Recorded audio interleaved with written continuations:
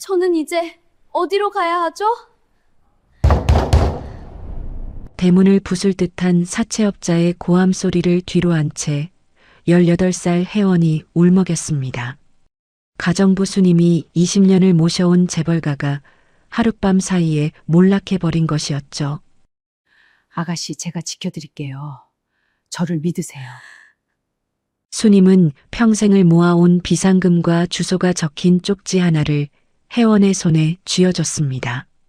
자신마저 위험할 수 있는 상황에서도 혜원을 숨겨주는 쪽을 택한 것이었어요. 그리고 그날의 선택이 20년 뒤 두 사람의 인생을 송두리째 바꾸어 놓을 줄은 그땐 아무도 몰랐습니다. 사연 시작 전 구독과 좋아요, 하이프를 눌러주시고 댓글로도 인생 나날과 함께 해주세요. 여러분의 나날에 행운이 가득 깃들기를 바라겠습니다. 쾅쾅쾅. 현관문이 부서질 듯 흔들리고 있었습니다. 밖에서 들려오는 건 주먹이 아니었어요. 발길질이었죠. 육중한 철제 현관문이 그 충격에 덜컹거린 때마다 거실 한복판에 서 있던 소녀의 어깨가 함께 흔들렸습니다. 오혜원, 18살. 성운 그룹 오진철 회장의 외동딸이자 전교 1등을 한 번도 놓친 적 없는 수재. 불과 며칠 전까지만 해도 이 나라에서 가장 빛나는 미래를 약속받은 아이였어요. 그런 아이가 지금 교복 치마 끝자락을 부들부들 떨리는 두 손으로 움켜쥔 채 숨도 제대로 쉬지 못하고 서 있었습니다. 거실은 폐허나 다름없었죠. 이탈리아에서 공수해온 소파, 프랑스산 크리스탈 샹들리에 벽면을 가득 채운 그림들, 어제까지 이 집의 격을 말해주던 것들 위에 빨간 딱지가 하나씩 붙어 있었어요. 압류. 그 두 글자가 낙인처럼 찍힐 때마다 혜원의 세계에서 하나씩 무언가가 지워져 나갔습니다. 이 아침 혜원은 학교에 갈 준비를 하고 있었어요. 늘 그랬듯 현관에서 구두끈을 묶으려는데 검은 양복을 입은 사람들이 줄지어 들어왔죠. 수사관들이었습니다. 아버지 오진철 회장이 그 사이에 끼어 고개를 숙인 채 현관을 나섰어요. 양쪽 팔을 잡힌 아버지의 등이 작아 보인 건 처음이었습니다. 평생 누구 앞에서도 고개를 숙이는 법이 없던 아버지가 딸의 눈을 마주치지 못한 채 고개를 돌렸어요. 어머니도 곧이어 끌려나갔습니다. 창백해진 얼굴로 혜원을 한번 돌아봤지만 입술만 달싹였을 뿐 아무 말도 하지 못했죠. 그 입술이 무슨 말을 하려 했던 건지 혜원은 끝내 알아듣지 못했습니다. 부모님이 나가고 집안을 가득 메우던 사람들이 하나둘 사라졌어요. 비서도, 운전기사도, 요리사도 20년을 함께했다던 사람들이 수사관의 차가 대문을 빠져나가기도 전에 짐을 꾸렸습니다. 누구 하나 혜원에게 눈길조차 주지 않았어요. 마치 처음부터 이 집에 온 적이 없었다는 듯 유령처럼 빠져나갔죠. 그렇게 텅 빈 거실에 혜원 혼자 남았습니다. 정확히 말하면 혼자라고 생각했어요. 그리고 지금 그 현관문이 또다시 흔들리고 있었습니다. 이번에는 수사관이 아니었죠. 안에 사람 있는 거 다 알아. 좋은 말로 할 때 문 열지 못해? 남자의 목소리가 문짝을 뚫고 들어왔습니다. 굵고 거친 위협 그 자체인 목소리였어요. 어이, 거기 딸내미. 아빠 빚은 내가 갚아야 할 거 아냐. 사채업자였습니다. 성운 그룹이 무너지면서 어둠 속에 숨어있던 빚들이 한꺼번에 터져 나온 거였죠. 아버지가 끌려간 지 채 반나절도 지나지 않아 냄새를 맡고 찾아온 겁니다. 쾅쾅쾅. 문을 차는 소리가 점점 빨라졌어요. 혜원은 다리에 힘이 풀려 바닥에 주저앉을 것 같았습니다. 숨을 들이쉬려 해도 목이 막혀 공기가 들어오지 않았어요. 두 손은 이미 감각을 잃었고 눈앞이 까맣게 흔들렸죠. 아버지가 끌려가던 뒷모습, 어머니가 입만 달싹이던 그 순간이 자꾸만 눈앞에 겹쳐졌습니다. 바로 그때였어요. 따뜻한 손이 혜원의 차가운 손을 덮었습니다. 두툼하고 거칠고 그러나 어떤 손보다도 단단한 손이었죠. 혜원이 고개를 들었을 때 거기 서 있던 사람은 화려한 옷을 입은 누군가가 아니었어요. 낡은 앞치마를 두르고 머리를 수건으로 질끈 묶은 이 집에서 20년을 하루같이 살림을 맡아온 사람이었습니다. 박수님. 혜원이 태어날 때부터 곁에서 밥을 짓고 빨래를 하고 열이 나면 밤새 이마를 짚어주던 사람이었어요. 아까 수사관들이 들이닥쳤을 때도 비서들이 줄줄이 도망칠 때도 이 사람만은 제자리에 있었습니다. 아무도 눈치채지 못했을 뿐이었죠. 수님이 혜원의 손을 꽉 쥐었어요. 그 힘이 어찌나 단단한지 혜원의 떨림이 수님의 손끝까지 전해졌지만 수님은 눈 하나 깜짝하지 않았습니다. 아가씨, 제 손 꽉 잡으세요. 낮지만 떨림 하나 없는 목소리였어요. 밖에서는 사채업자가 문을 걷어차며 고래고래 소리를 질러대고 있었지만 수님의 목소리는 그 소음을 뚫고 혜원의 귀에 또렷하게 박혔습니다. 지금 무너져 내리면 안 됩니다. 정신 똑바로 차리셔야 해요. 혜원이 수님의 얼굴을 올려다봤어요. 눈물이 그렁그렁한 눈으로 입술을 파르르 떨며 겨우 말을 꺼냈습니다. 아주머니, 무서워요. 저는 이제 어디로 가야 하죠? 우리 엄마 아빠는요? 아이의 목소리였습니다. 전교 1등의 당당한 소녀가 아니라 세상에 홀로 내던져진 아이의 목소리. 수님은 그 목소리를 듣는 순간 가슴이 칼로 베이는 것 같았지만 이를 악물고 표정을 다잡았어요. 지금 자신마저 무너지면 이 아이는 진짜로 끝이었으니까요. 회장님, 부부 사정은 제가 어떻게든 알아볼 테니 아가씨는 일단 여기서 나가셔야 해요. 자, 이거 받으세요. 수님은 앞치마 깊숙한 곳에서 무언가를 꺼냈습니다. 20년간 월급을 받을 때마다 한 푼, 두 푼 모아뒀던 비상금이었어요. 구겨진 지폐 뭉치와 볼펜으로 꾹꾹 눌러 쓴 주소가 적힌 종이 한 장. 수님은 그것을 혜원의 손바닥 위에 올려놓고 혜원의 손가락을 하나하나 접어 꼭 쥐어줬습니다. 여기 제 친정집 주소예요. 전북 장수군 아무도 모르는 시골이에요. 거기 가서 제 어머니 뵙고 숨어 계세요. 제가 곧 따라갈 테니까 가서 따뜻한 밥 먹고 버티셔야 합니다. 수님의 눈이 붉어졌지만 목소리만은 흔들리지 않았어요. 아가씨는 이 집안의 마지막 희망이에요. 아시겠어요? 쾅! 현관문 잠금 장치가 비틀리는 소리가 날카롭게 울렸습니다. 금속이 휘어지는 소리, 나사가 빠지는 소리. 저 문이 버텨줄 시간은 얼마 남지 않았어요. 수님은 혜원의 팔을 잡고 몸을 일으켰습니다. 그리고 거실을 가로질러 주방 안쪽 아무도 눈여겨보지 않았던 작은 뒷문으로 발걸음을 옮겼어요. 뒷문 앞에 선 수님이 손잡이에 손을 얹기 전 먼저 한 일이 있었습니다. 혜원의 얼굴 옆으로 흘러내린 헝클어진 머리카락을 손가락으로 조심스레 넘겨준 거였어요. 마치 아이를 학교에 보내기 전 머리를 매만져주듯 그 난리통에서도 수님의 손길은 정성스러웠습니다. 그 작은 손짓에 혜원의 눈에서 참았던 눈물이 한 줄기 흘러내렸어요. 아가씨, 뒤도 돌아보지 말고 뛰세요. 역까지 가서 무조건 제일 먼 곳으로 가는 기차를 타셔야 해요. 아시겠지요? 혜원이 고개를 끄덕이다 말고 수님의 소매를 붙잡았습니다. 아주머니는요? 저 사람들 거칠어 보이는데 아주머니 혼자 두면. 혜원의 목소리가 다시 떨리기 시작했어요. 사채업자들의 고함 소리, 문짝이 뜯겨나갈 듯한 굉음이 등 뒤에서 쉴 새 없이 밀려오고 있었거든요. 자기 하나 살겠다고 이 사람을 두고 간다는 게 18살 아이에게는 견딜 수 없는 무게였습니다. 그때 수님이 웃었어요. 입꼬리가 가늘게 올라갔지만 눈가에는 주름 사이로 물기가 번지고 있었습니다. 우는 건지 웃는 건지 분간이 안 되는 얼굴이었죠. 그래도 수님은 웃으려 애썼어요. 이 아이 앞에서 약한 모습을 보이면 안 된다는 걸 알았으니까요. 20년 넘게 이 집 살림 맡아온 박수님이에요. 저 사람들, 저 같은 아줌마한테는 함부로 못해요.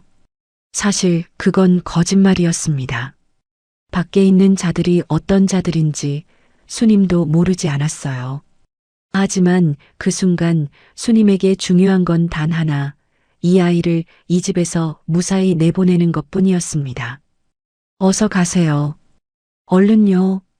수님이 혜원의 등을 밀었습니다. 두 손으로 아이의 작은 등을 밀어내는 그 힘에 20년간 이 아이를 지켜온 모든 마음이 실려 있었죠. 혜원이 뒷문을 빠져나갔습니다. 뒤돌아보지 말라고 했지만 혜원은 한 번 뒤를 돌아봤어요. 문틈 사이로 보인 수님의 얼굴은 아까와는 달리 더 이상 웃고 있지 않았습니다. 수님이 뒷문을 닫았어요. 빗장을 걸고 자물쇠까지 채웠습니다. 그리고 귀를 문에 바짝 대고 혜원의 발소리를 들었죠. 작고 급한 발소리가 타닥타닥 멀어져 갔습니다. 점점 작아지다가 마침내 아무것도 들리지 않게 됐어요. 그제야 수님은 문에 기대어 가슴을 쓸어내렸습니다. 두 다리가 후들후들 떨리고 있었어요. 아까 혜원 앞에서는 꿋꿋했지만 사실 수님도 무서웠습니다. 하지만 무서움보다 더 큰 게 있었죠. 저 아이가 무사히 이 집을 빠져나갔다는 안도. 그것 하나가 수님의 다리를 다시 일으켜 세웠습니다. 수님은 앞치마 끈을 고쳐매고 헝클어진 머리카락을 귀 뒤로 넘기며 천천히 거실을 향해 걸어 나갔습니다. 등은 곧게 펴고 턱은 살짝 치켜들었죠. 마지막까지 그 자리를 지키려는 것처럼요. 거실로 향하는 수님의 발소리가 텅 빈 복도에 울려 퍼졌습니다. 그 발소리는 느리지도 빠르지도 않았어요. 다만 단단했습니다. 현관문 너머에서 금속이 찢어지는 소리가 점점 가까워지고 있었고 수님은 소파 앞에 멈춰서서 그 소리를 정면으로 마주했습니다. 혜원을 보낸 뒷문을 등 뒤에 두고 박수님은 서 있었습니다. 쾅! 마침내 현관문이 떨어져 나갔습니다. 육중한 철문이 대리석 바닥 위에 쓰러지면서 집 전체가 울렸어요. 먼지가 뿌옇게 피어올랐고 그 먼지 사이로 사내들의 실루엣이 하나, 둘, 셋 거실 안으로 밀고 들어왔습니다. 사채업자들이었죠. 셋 다 체격이 컸어요. 앞장선 사내는 검은 가죽 재킷을 걸치고 있었고 그 뒤를 따르는 둘은 한 손에 쇠파이프를 들고 있었죠. 그들은 문이 떨어진 현관을 아무렇지 않게 넘어서더니 구두를 신은 채로 거실에 발을 들였습니다. 압류 딱지가 붙은 소파를 발로 밀치고 테이블 위의 장식품을 바닥에 쓸어 떨어뜨리며 집 안을 둘러봤어요. 리더격인 사내가 거실 한가운데에서 발을 멈추었습니다. 그리고 소파 앞에 미동도 없이 서 있는 수님을 발견했죠. 사내의 눈이 가늘어졌어요. 위아래로 수님을 훑어보는 시선에는 비웃음이 묻어 있었습니다. 낡은 앞치마를 두른 중년 여자 하나. 사내에게 수님은 아무런 위협도 되지 않는 존재였겠죠. 뭐야, 이 아줌마는? 사내가 턱짓을 하며 다가왔습니다. 구두굽이 대리석 바닥에 부딪히는 소리가 또각또각 울렸어요. 수님과의 거리가 좁혀질수록 사내의 목소리는 더 굵어졌습니다. 딸내미 어디 숨겼어? 오혜원이 어디 있냐고. 그 이름이 거실을 가득 채웠어요. 오혜원. 방금 전에 뒷문으로 빠져나간 아이의 이름. 수님의 심장이 쿵 하고 내려앉았지만 얼굴에는 아무런 변화도 내비치지 않았습니다. 대신 등을 조금 더 뒤로 젖혀 혜원이 빠져나간 뒷문 쪽을 자연스럽게 가렸어요. 그리고 사내들을 똑바로 응시했습니다. 차가운 눈이었어요. 두려움이 아니라 오히려 사내들을 깔아보는 듯한 서슬이 그 눈에 서려 있었죠. 사내가 수님의 태도에 기분이 상했는지 소파 옆에 놓인 도자기 화병을 발로 걷어찼습니다. 화병이 바닥에 떨어지며 산산조각 났어요. 사모님이 아끼던 물건이었죠. 수님의 눈꺼풀이 한번 떨렸지만 그뿐이었습니다. 리더 사내가 수님 바로 앞까지 다가왔습니다. 코끝이 닿을 만큼 가까운 거리에서 얼굴을 들이밀더니 입꼬리를 비틀며 말했어요. 당신 여기서 평생 일했다며? 그럼 어디로 갔는지 모를 리가 없잖아. 수님의 눈을 빤히 들여다보며 말을 이었습니다. 좋게 말할 때 불어요. 당신이 숨겨줘봤자 그의 인생 안 바뀌어. 어디로 보냈어?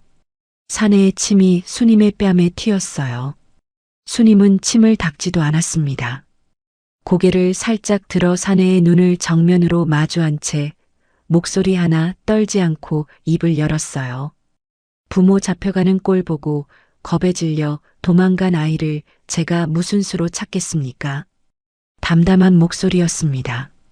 마치 남의 이야기를 하듯 감정을 걷어낸 목소리였죠. 수님은 거기서 멈추지 않았습니다. 저도 밀린 월급 못 받아서 도끼 오른 사람이에요. 뒤질 거면 마음대로 뒤져보세요. 하지만 여기엔 당신들이 찾는 사람 없습니다. 밀린 월급. 그 말에 사내의 표정이 미세하게 흔들렸어요. 수님이 주인 집 편이 아닐 수도 있다는 계산이 스친 거였죠. 사내가 턱짓으로 부하들에게 신호를 보냈습니다.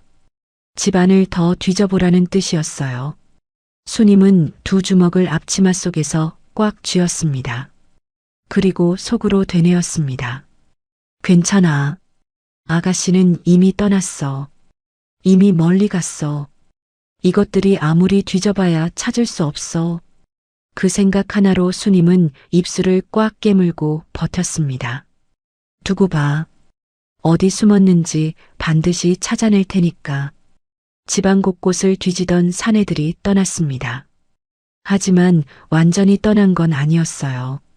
수님이 2층 창문으로 조심스레 내다봤을 때 집 앞 골목 끝에 검은색 승용차 한 대가 세워져 있었습니다. 수님이 회원에게 갈 것을 예감하고 길목을 지키는 것이었죠. 이 집을 나서는 순간 미행당할 게 뻔했습니다. 수님은 창문에서 물러났습니다. 그리고 집안의 불을 하나씩 꺼나갔어요. 난장판이 된 집안이 칠흑 같은 어둠에 잠겼죠. 수님은 그 어둠 속에서 벽에 등을 대고 앉았습니다. 움직이지 않았어요.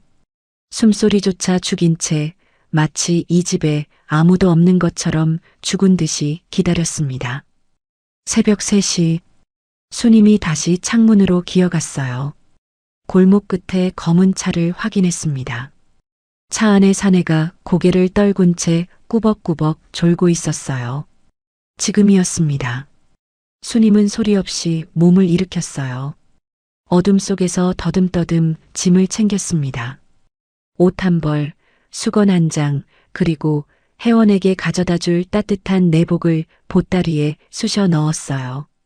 보따리를 등에 메고 주방 뒷문으로 향했습니다. 아까 회원을 내보냈던 바로 그 문이었죠. 뒷문을 열 때 경첩이 삐걱 소리를 냈어요. 수님의 심장이 멈추는 것 같았습니다. 몸을 굳힌 채 5초, 10초를 세었어요. 아무런 반응이 없었습니다. 수님은 문틈으로 몸을 빼내고 담벼락 아래 그림자를 따라 붙어 걸었어요. 평소 같으면 큰 길로 나가 버스를 탔을 겁니다. 하지만 큰 길에는 감시의 눈이 있었죠. 수님은 반대 방향으로 돌았어요. 저택 뒤편의 가파른 뒷산 산책로. 낮에도 사람이 드문 길이었고 이 새벽에는 말할 것도 없었습니다. 산길은 가팔랐어요. 보따리를 맨 등이 땀으로 젖었고 무릎은 오르막을 오를 때마다 칼로 찌르는 것 같았습니다. 쉰이 넘은 몸이었어요. 하루 종일 서서 일하고 쪼그려 앉아 마루를 닦고 무거운 빨래 대야를 들어 올리며 혹사시킨 몸이었죠. 그 몸으로 한밤중에 산길을 타고 있었습니다. 첫 차가 서는 작은 정류장에 도착했을 때는 이미 동이 트기 직전이었어요. 수님은 그 정류장에서 시골 방면으로 가는 버스를 탔습니다. 버스 안에서 수님은 잠들지 못했어요. 창밖으로 스쳐가는 풍경을 멍하니 바라보면서 혜원의 얼굴만 떠올렸습니다. 뒷문 밖으로 밀어낼 때 한 번 뒤를 돌아보던 그 얼굴, 눈물도 나오지 않을 만큼 겁에 질린 그 눈. 제발, 제발 무사히 도착해 있기를. 수님은 전북 장수군의 한적한 시골 마을에 도착했습니다. 수님이 태어나고 자란 동네였어요. 논밭 사이로 난 좁은 흙길을 걸어 올라가니 기와 몇 장이 빠진 낡은 시골집이 보였습니다. 수님의 친정집이었죠. 마당에 들어서자 어머니가 부엌에서 나오셨어요. 여든이 넘은 노모는 딸의 행색을 보고 깜짝 놀랐지만 수님이 눈으로 조용히 하라는 신호를 보냈습니다. 어머니가 고개를 끄덕이며 안쪽 방을 가리켰어요. 수님이 미닫이 문을 조심스레 열었습니다. 그리고 그 안의 광경에 숨이 멎었죠. 혜원은 방 구석에 웅크린 채 쓰러져 있었습니다. 깊은 잠인지 기력이 다해 실신한 것인지 분간이 되지 않았어요. 교복 위에 겉옷 하나를 걸친 채로 몸을 공처럼 말고 있었고 양손은 주먹을 꽉 쥔 채 가슴에 붙이고 있었습니다. 마치 세상의 모든 것이 무서워서 자기 몸이라도 꼭 붙들고 있어야 하는 것 같은 모습이었어요. 머리맡에는 밥상이 놓여 있었습니다. 수님의 어머니가 차려준 것이었죠. 갓 지은 쌀밥 한 그릇과 된장국 한 사발, 깍두기 몇 조각. 소박하지만 정성이 가득한 밥상이었어요. 하지만 밥그릇은 숟가락 한 번 닿지 않은 듯 정갈한 그대로였고 된장국은 이미 차갑게 식어 표면에 기름이 하얗게 엉겨 있었습니다.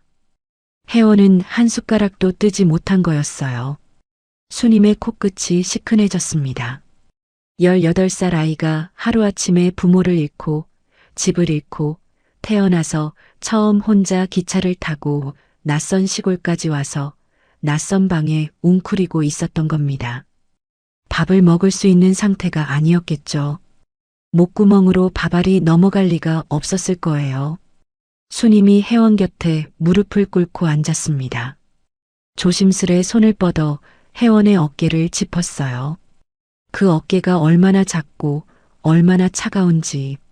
수님의 손끝에 혜원의 체온이 전해졌는데 살아있는 사람의 것이라고 믿기 어려울 만큼 싸늘했습니다. 아가씨, 저 왔어요. 수님의 목소리가 젖어 있었어요. 참으려 했지만 울음이 목 안에서 부풀어 올라 목소리가 갈라졌습니다. 아줌마 왔습니다. 혜원이 움직였어요. 아주 천천히 마치 물속에서 몸을 끌어올리듯 느리게 눈을 떴습니다. 초점이 없는 눈이었어요. 천장을 보는 것인지 수님을 보는 것인지 알 수 없는 흐릿한 눈. 그 눈이 몇 번인가 깜빡이더니 서서히 수님의 얼굴에 초점이 맞춰졌습니다. 수님의 얼굴을 확인한 순간 혜원의 표정이 무너졌어요. 목소리조차 나오지 않을 만큼 기력이 다한 아이가 그저 눈물만 흘리고 있었죠. 혜원의 손이 올라왔습니다. 부들부들 떨리는 손이 수님의 옷자락을 잡았어요. 손가락 마디마디에 힘이 들어가 있었지만 그 힘조차 가녀렸습니다. 놓치면 다시는 잡을 수 없을 것처럼 혜원은 수님의 옷자락을 꽉 쥐었어요. 아주머니, 진짜 오신 거 맞죠? 갈라진 목소리였습니다. 수십 시간을 울고 물 한 모금 마시지 못한 목소리였어요. 이제 저 밥 못 먹겠어요. 목에 뭐가 걸린 것처럼 안 넘어가요. 혜원의 말을 듣는 수님의 얼굴이 일그러졌습니다. 하지만 수님은 울지 않았어요. 아니, 울 수 없었습니다. 지금 자기까지 무너지면 이 아이를 잡아줄 사람이 아무도 없었으니까요. 수님이 혜원을 품에 안았습니다. 두 팔로 아이의 작은 몸을 감싸 안고 등을 천천히 토닥였어요. 마치 갓난아이를 재울 때처럼 일정한 박자로 토닥토닥. 그러면서 입을 열었습니다. 아닙니다, 아가씨. 드셔야 해요. 그래야 살고 살아야 나중에 회장님 부부 뵙지요. 아줌마가 여기 있잖아요. 제가 아가씨 곁 지킬 테니까 제발 한술만 뜨세요. 예. 수님은 식어버린 밥상을 혜원 앞으로 끌어당겼어요. 차가워진 된장국 사발, 식어서 딱딱해진 밥. 보기만 해도 목이 막힐 것 같은 밥상이었지만 수님은 숟가락을 집어 혜원의 손에 쥐어줬습니다.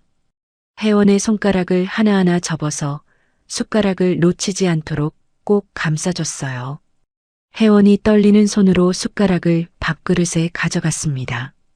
밥 한 술을 뜨는데 한참이 걸렸어요. 숟가락이 입 앞에서 멈칫거렸고 혜원의 눈에서 다시 눈물이 뚝 떨어져 밥 위에 떨어졌습니다. 눈물이 섞인 밥을 입에 넣고 혜원은 오래오래 씹었어요. 삼키지 못하고 씹기만 했습니다. 목이 막혀서 삼키려 해도 넘어가지 않는 거였죠. 정말 겨우 한 술을 삼켰을 때 혜원의 어깨가 크게 한번 들썩였어요. 수님은 그 모습을 지켜보며 고개를 돌렸습니다. 창밖을 바라봤어요. 아직 어둠이 채 거치지 않은 시골 마을의 하늘. 그 하늘 아래서 수님의 눈에도 물기가 번졌지만 끝내 눈물을 떨어뜨리지는 않았습니다. 이 아이를 지켜야 했어요. 무슨 일이 있어도 이게 끝이 아니라는 걸 수님은 알고 있었습니다. 수님이 도착하고 며칠이 지났습니다. 혜원은 밥을 먹기 시작했어요. 겨우겨우 목구멍으로 밀어넣는 수준이었지만 그래도 숟가락을 드는 것만으로 수님은 감사했습니다. 혜원의 볼에 아주 조금이나마 핏기가 돌기 시작했고 눈 밑에 시커먼 그늘도 옅어지는 것 같았어요. 그날 오후 혜원은 툇마루에 앉아 멍하니 마당을 바라보고 있었습니다. 무릎을 세우고 턱을 괜 채 아무것도 보지 않는 눈으로 마당 한편의 감나무를 응시했어요. 바람이 불면 나뭇잎이 흔들리고 그 흔들림에 맞춰 혜원의 머리카락도 살짝 날렸지만 혜원은 아무런 반응이 없었습니다. 그저 앉아 있었어요. 숨을 쉬고 있다는 것만이 살아있다는 유일한 증거였죠. 마당 한쪽에서는 수님이 빨래를 널고 있었습니다. 혜원이 입고 온 교복이었어요. 하얀 블라우스와 체크무늬 치마. 서울에서 도망칠 때 입고 있던 그 옷을 수님이 손빨래로 정성스레 주물러 빤 거였죠. 이 교복을 다시 입고 학교에 갈 날이 올지 알 수 없었지만 수님은 그래도 빨았어요. 아이의 옷이 깨끗해야 마음이라도 조금은 나을 것 같아서였습니다. 젖은 블라우스를 빨랫줄에 걸치는데 방 안에서 소리가 흘러나왔어요. 수님의 어머니가 켜둔 낡은 브라운관 텔레비전이었습니다. 평소에는 귀에 들어오지도 않는 잡음 같은 소리였죠. 그런데 그날따라 앵커의 목소리가 유난히 또렷했어요. 속보 자막이 붙은 뉴스였거든요. 검찰 수사를 받던 성운 그룹 오진철 회장이 오늘 새벽 구치소에서 갑작스러운 심장마비로 별세했습니다. 수님의 손이 멈췄어요. 빨랫줄에 걸치려던 젖은 옷가지가 손에서 스르르 미끄러져 흙바닥 위에 툭 떨어졌습니다. 수님은 떨어진 옷을 줍지 못했어요. 몸이 돌처럼 굳어버렸거든요. 뒤이어 소식을 접한 부인 김씨 역시 앵커의 목소리가 이어졌지만 수님의 귀에는 더 이상 아무것도 들리지 않았습니다. 회장님이, 사모님이, 두 분 다. 수님의 입술이 파르르 떨렸어요. 고개를 돌려 툇마루의 혜원을 봤습니다. 혜원은 굳어 있었어요. 마당을 바라보던 자세 그대로 시간이 멈춘 것처럼 미동도 없이 앉아 있었습니다. 하지만 수님은 알았어요. 저 아이도 들었다는 걸. 저 아이의 세계가 지금 두 번째로 무너져 내리고 있다는 걸. 혜원이 천천히 고개를 돌렸습니다. 수님과 눈이 마주쳤어요. 혜원의 눈은 텅 비어 있었습니다. 눈물도 공포도 슬픔도 없는 그냥 빈 눈이었어요. 그 눈이 수님을 보고 수님을 관통하고 수님 너머에 아무것도 없는 허공을 바라봤습니다. 그리고 혜원이 일어섰어요. 비틀거리는 다리로 툇마루에서 내려와 방 안으로 향했습니다. 수님이 급히 따라갔어요. 혜원이 미닫이 문을 밀고 방 안으로 들어섰을 때 텔레비전 화면에는 부모님의 영정 사진이 비치고 있었습니다. 아버지의 사진, 어머니의 사진, 검은 리본이 달린 두 장의 사진이 화면 가득 채워져 있었어요. 혜원의 무릎이 꺾였습니다. 바닥에 주저앉더니 텔레비전 화면을 향해 두 손을 뻗었어요. 마치 화면 속 부모님을 붙잡으려는 것처럼. 하지만 손끝에 닿는 건 차가운 브라운관 유리뿐이었죠. 그 순간 혜원의 입에서 짐승 같은 소리가 터져 나왔습니다. 울음이라고 부르기엔 너무 거칠고 비명이라고 부르기엔 너무 처절한 소리였어요. 혜원은 바닥을 손톱으로 긁었습니다. 나무 바닥에 손톱이 갈리는 소리가 방 안에 울렸지만 혜원은 멈추지 않았어요. 손끝에 피가 배어나와도 멈추지 않았습니다. 거짓말이야. 갈라진 목소리가 터져 나왔어요. 아줌마, 저거 거짓말이죠? 우리 아빠가 왜 죽어? 우리 엄마가 왜? 혜원의 몸이 부들부들 떨렸습니다. 고개를 들어 수님을 바라본 얼굴은 온통 눈물에 젖어 있었어요. 나만 여기 숨어서 밥 먹고 잠자고 나 때문에 돌아가신 거야. 나도 엄마 아빠 따라갈래요. 수님은 말없이 혜원에게 달려들었습니다. 두 팔로 혜원을 온몸으로 껴안았어요. 혜원이 수님의 어깨를 주먹으로 때렸습니다. 놓으라고 놓으라고 소리치며 몸부림쳤어요. 하지만 수님은 놓지 않았습니다. 혜원이 아무리 밀쳐내도 주먹으로 때려도 수님의 팔에는 더 단단하게 힘이 들어갔어요. 이 아이를 놓치면 진짜로 잃어버린 것 같았으니까요. 그날 이후 혜원은 사람이 달라졌습니다. 밥을 먹지 않았어요. 아침에 수님의 어머니가 갓 지은 쌀밥과 텃밭에서 딴 배추로 끓인 된장국을 밥상에 차려 방 안에 들여보냈지만 혜원은 손끝 하나 까딱하지 않았습니다. 벽을 보고 누운 채 돌아눕지도 않았어요. 밥상은 혜원의 등 뒤에서 시간이 지날수록 식어갔습니다. 방 안에는 죽음 같은 정적만 감돌았습니다. 수님이 낮에 밥상을 들고 나올 때면 밥그릇은 늘 아침에 놓아둔 그대로였어요. 숟가락 한 번 닿지 않은 밥상을 들고 문을 닫으며 수님은 고개를 돌려 눈물을 훔쳤습니다. 혜원의 마음을 모르지 않았어요. 부모의 장례식에 가지 못하는 죄책감, 도망자라는 이름으로 숨어 있으면서 마지막 인사조차 드리지 못한 아이의 마음을, 그 마음이 얼마나 갈기갈기 찢어지고 있을지 수님은 누구보다 잘 알았습니다. 알았기에 더 아팠어요. 이튿날도 같았고 그 다음 날도 같았습니다. 밥상은 들어갔다 나오고 된장국은 뜨겁게 들어갔다 차갑게 나왔어요. 혜원은 벽만 보고 있었습니다. 사흘째 되는 밤이었어요. 수님은 부엌에서 된장국을 다시 데웠습니다.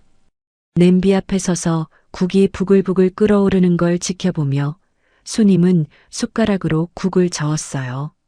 이 국이 들어갔다 그대로 나올 거라는 걸 알면서도 수님은 정성껏 저었습니다. 따끈한 사발에 국을 담고 갓 퍼낸 밥 한 그릇과 함께 밥상에 올렸어요. 방문을 열었습니다. 혜원은 여전히 벽을 보고 누워 있었어요. 사흘째 같은 자세였습니다. 수님은 밥상을 바닥에 내려놓고 혜원의 곁에 다가갔어요. 그리고 혜원의 어깨를 잡고 일으켜 앉혔습니다. 혜원은 저항하지 않았어요. 저항할 힘조차 없는 것 같았죠. 앉혀놓으니 고개가 앞으로 꺾였고 풀린 눈이 바닥만 바라봤습니다. 수님이 회원의 앞에 무릎을 꿇고 앉아 눈을 맞추었어요.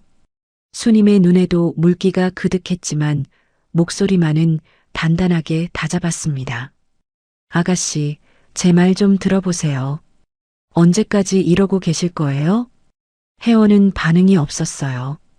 수님이 말을 이었습니다. 회장님 내외분 평생 고개 숙이고 사신 분들 아니잖아요. 당신들 잘못 없다고 누구보다 당당하게 사셨던 분들이에요. 회원의 입술이 미세하게 떨렸어요. 초점 없는 눈으로 겨우 말을 꺼냈습니다. 다 끝났잖아요. 이제 아무도 안 믿어줘요. 그 말에 수님의 목소리가 한 톤 올라갔어요. 눈물을 참느라 떨리는 목소리였지만 거기에 실린 힘만은 흔들리지 않았습니다. 아니요, 아가씨가 있잖아요. 세상 사람들이 손가락질해도 아가씨만큼은 그분들 결백한 거 알잖아요. 여기서 아가씨가 이렇게 손 놓아버리면 그분들 평생 죄인 낙인 찍힌 거 누가 벗겨드려요? 수님은 밥상에서 숟가락을 집었습니다. 그리고 회원의 손을 잡아 그 손에 숟가락을 억지로 쥐어줬어요. 회원의 손가락이 축 늘어져 숟가락이 미끄러질 뻔했지만 수님이 손을 감싸 잡아줬습니다. 살아야죠. 살아서 세상 사람들한테 똑똑히 보여줘야 할 거 아니에요. 우리 회장님, 사모님이 어떤 분들이었는지 아가씨가 증명해야죠. 수님의 목소리가 갈라졌어요. 더 이상 참을 수 없다는 듯 눈에서 눈물이 한 줄기 흘러내렸습니다. 그래도 말을 멈추지 않았어요. 여기서 아가씨까지 잘못되면 저 세상 가신 분들 원통해서 어떻게 눈을 감으시겠어요. 제발 이 아줌마 생각해서 조금이라도 드셔요. 네. 마지막 말은 거의 애원에 가까웠습니다. 회원의 눈에서 굵은 눈물방울이 밥그릇 위로 툭 떨어졌습니다. 눈물이 섞인 밥. 짠맛인지 밥맛인지 분간이 되지 않았을 거예요. 꾸역꾸역 목구멍으로 밀어넣는 회원의 얼굴이 일그러졌다가 이내 무언가가 바뀌었습니다. 회원의 눈이었어요. 눈물 사이로 그 텅 비어있던 눈에 무언가가 차오르기 시작했습니다. 슬픔도 공포도 아닌 것이었어요. 처음 보는 빛이었습니다. 이를 악물고 밥을 씹는 회원의 눈에 서린 건 도끼였어요. 살겠다는, 살아서 무언가를 해내겠다는 어둡고 뜨거운 불꽃 같은 것이었습니다. 수님은 그 눈을 보았습니다. 그리고 더 이상 참지 못하고 얼굴을 두 손으로 감싸며 오열했어요. 소리를 내어 울었습니다. 사흘 동안 회원 앞에서 한 번도 울지 않았던 수님이 마침내 무너져 내렸습니다. 낡은 시골집 작은 방 안에 두 사람의 흐느낌이 가득 찼어요.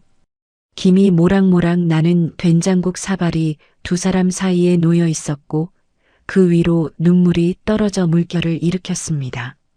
시골집에서의 생활이 몇 주째 이어지고 있었습니다. 회원의 얼굴에 핏기가 돌아왔어요. 하지만 회원의 마음속에는 밥을 먹는 것만으로는 채울 수 없는 빈자리가 있었습니다. 매일 아침 7시쯤이면 마을 어귀로 아이들이 지나가는 소리가 들려왔어요. 교복을 입고 가방을 맨 아이들이 제잘거리며 걸어가는 소리. 그 소리가 들릴 때마다 회원은 하던 일을 멈추고 대문 밖을 서성였습니다. 전교 1등을 놓친 적 없는 수재였어요. 수학 경시대회에서 상을 타고 영어 원서를 술술 읽던 아이였죠. 그런 회원이 지금은 교복 대신 수님의 조카가 두고 간 낡은 트레이닝복을 입고 학교 대신 시골집 마당에서 하루를 보내고 있었습니다. 거울에 비친 자신의 모습이 낯설었어요. 서울에서 학교에 다니던 오혜원과 지금 여기 서 있는 사람이 같은 사람이라는 게 믿기지 않았죠. 어느 날 아침 회원이 툇마루에 앉아 교복 아이들의 웃음소리를 듣다가 수님에게 조심스레 입을 열었습니다. 아주머니, 저 그냥 근처 학교라도 다니면 안 될까요? 공부도 계속해야 하고 검정고시보다는 학교에 가는 게 나을 것 같아서요. 마당에서 나무를 다듬던 수님의 손이 멈칫했어요. 그리고 혜원을 바라봤습니다. 혜원의 눈에 간절함이 담겨 있었어요. 공부가 하고 싶다는 말이 아니었습니다. 평범한 아이로 돌아가고 싶다는 말이었죠. 수님은 잠시 입을 다물었어요. 혜원에게 해야 할 말이 무엇인지 알았지만 그 말이 이 아이를 얼마나 아프게 할지도 알았거든요. 하지만 수님은 말해야 했습니다. 아가씨, 마음은 알지만 지금은 안 돼요. 학교에 전학수속 밟으면 바로 기록이 남아요. 그럼 그 무서운 사람들이 여기까지 들이닥치는 건 시간 문제고요. 수님이 나물 바구니를 내려놓고 혜원 곁에 앉았어요. 목소리를 낮추며 말을 이었습니다. 지금은 아가씨가 죽은 듯이 지내는 게 사는 길이에요. 죽은 듯이 지내는 게 사는 길이라니. 혜원은 힘없이 고개를 떨궜습니다. 이름을 숨기고 학교도 가지 못하고 아무도 만나지 못하는 삶. 화려한 미래를 꿈꾸던 재벌가의 외동딸에게 이 생활은 창살 없는 감옥이나 다름없었어요. 하지만 혜원이 무너져 있을 수만은 없었던 건 수님 때문이었습니다. 수님은 혜원이 공부에만 전념할 수 있도록 새벽부터 집을 나섰어요. 동이 트기도 전에 이웃집 밭에 나가 잡초를 뽑고 고추를 따고 감자를 캤습니다. 해가 중천에 뜨면 읍내 식당으로 달려가 점심시간 설거지를 했어요. 기름때가 잔뜩 낀 냄비를 수세미로 벅벅 닦고 국물이 튀어 얼굴에 묻어도 닦을 겨를 없이 가릇을 쌓아 올렸죠. 해가 지면 마을 회관으로 가서 대걸레를 밀고 화장실 변기를 닦고 창문을 훔쳤습니다. 하루에 3군데를 뛰어다니며 닥치는 대로 일했어요. 혜원은 그런 수님의 일과를 다 알지 못했습니다. 수님이 일부러 말하지 않았거든요. 아침에 나갈 때도 좀 나갔다 올게요. 한마디만 남기고 밤에 돌아올 때도 오늘 장 좀 봤어요. 하며 웃어 보였으니까요. 그런데 어느 날 밤이었어요. 공부를 하다 잠든 혜원이 목이 말라 깨어났습니다. 물을 마시려고 부엌으로 나가는데 부엌 한쪽에 불이 켜져 있었어요. 희미한 전구 불빛 아래 자기 몸보다 큰 대야를 앞에 놓고 빨래를 하고 있는 사람이 보였습니다. 수님이었어요. 쪼그려 앉아 빨래를 비벼 빨고 있는 수님의 모습. 퉁퉁 부어오른 손마디가 보였습니다. 하루 종일 서서 일하고 쪼그려 앉아 일하고 뛰어다니며 일한 흔적이 수님의 몸 곳곳에 새겨져 있었어요. 혜원은 부엌 문 앞에서 발을 뗄 수 없었습니다. 가슴 안에서 뜨거운 것이 울컥 치밀어 올랐어요. 눈물이 아니었습니다. 그보다 훨씬 뜨겁고 훨씬 아픈 것이었죠.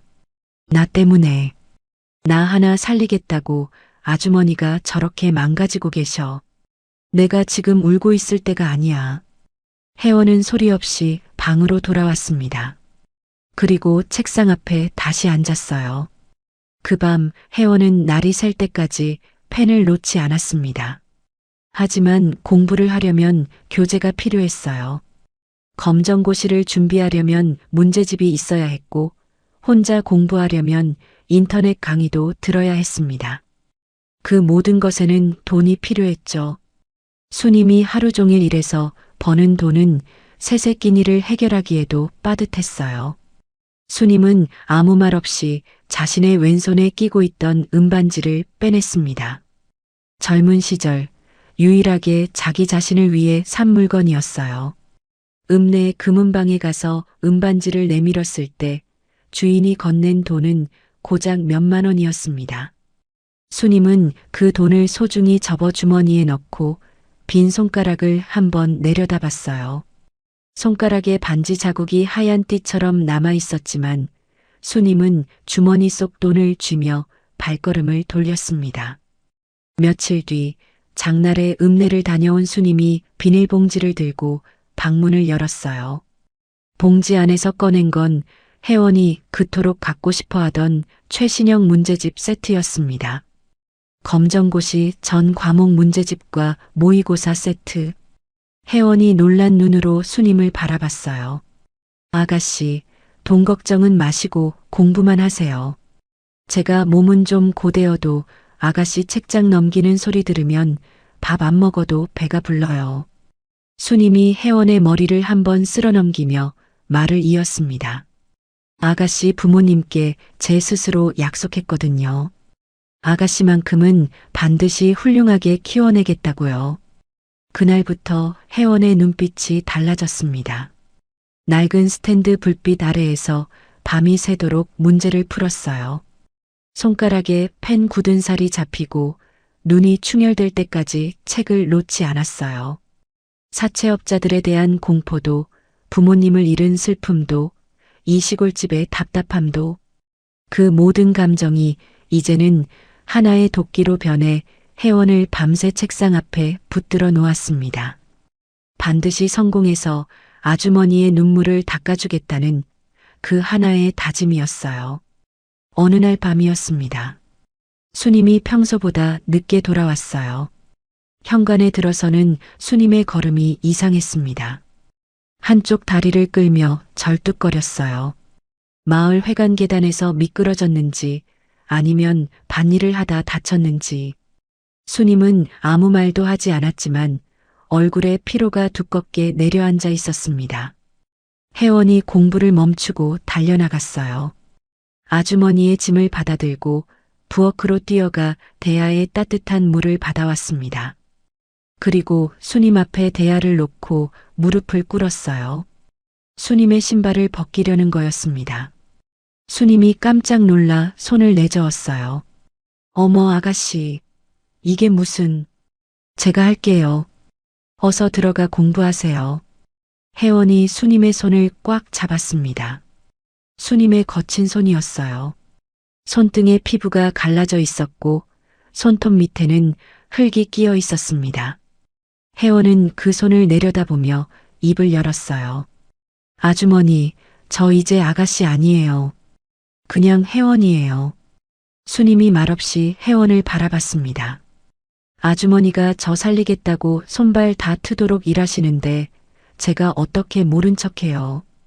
혜원의 눈에 물기가 차올랐지만 이번에는 울지 않았어요. 대신 수님의 눈을 똑바로 바라보며 말했습니다. 저요, 진짜 독하게 공부할 거예요. 그래서 나중에 성공해서 아주머니 평생 편하게 모실 거예요. 그러니까 제발 아프지 마세요. 수님의 눈에서 눈물이 터져 나왔습니다.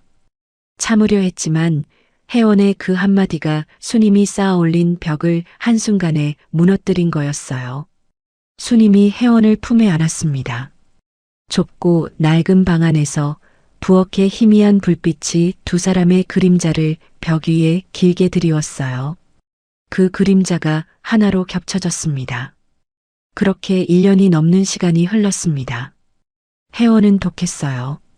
잠을 줄이고 밥 먹는 시간을 줄이고 하루의 모든 시간을 책상 앞에 쏟아부었습니다. 검정고시를 수석으로 통과했고 곧바로 수능 준비에 들어갔어요. 전교 1등이던 머리는 녹슬지 않았습니다. 오히려 절박함이 더해지니 이전보다 더 날카로워졌죠.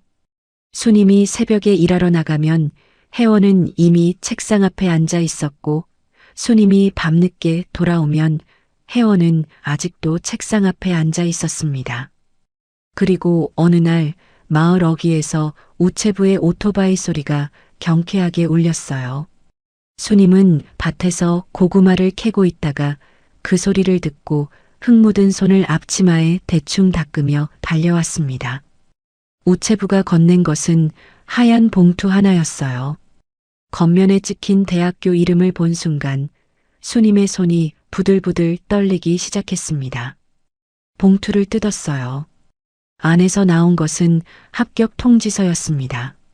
서울 명문의대. 혜원이 그 독한 세월을 이를 악물고 견디며 얻어낸 기적 같은 결과였어요. 수님의 무릎이 풀렸습니다. 밭두렁에 주저앉아 통지서를 가슴에 안고 하늘을 올려다봤어요. 눈물이 주르륵 흘러내렸지만 입가에는 웃음이 걸려 있었습니다. 울면서 웃는 얼굴이었어요. 합격이다.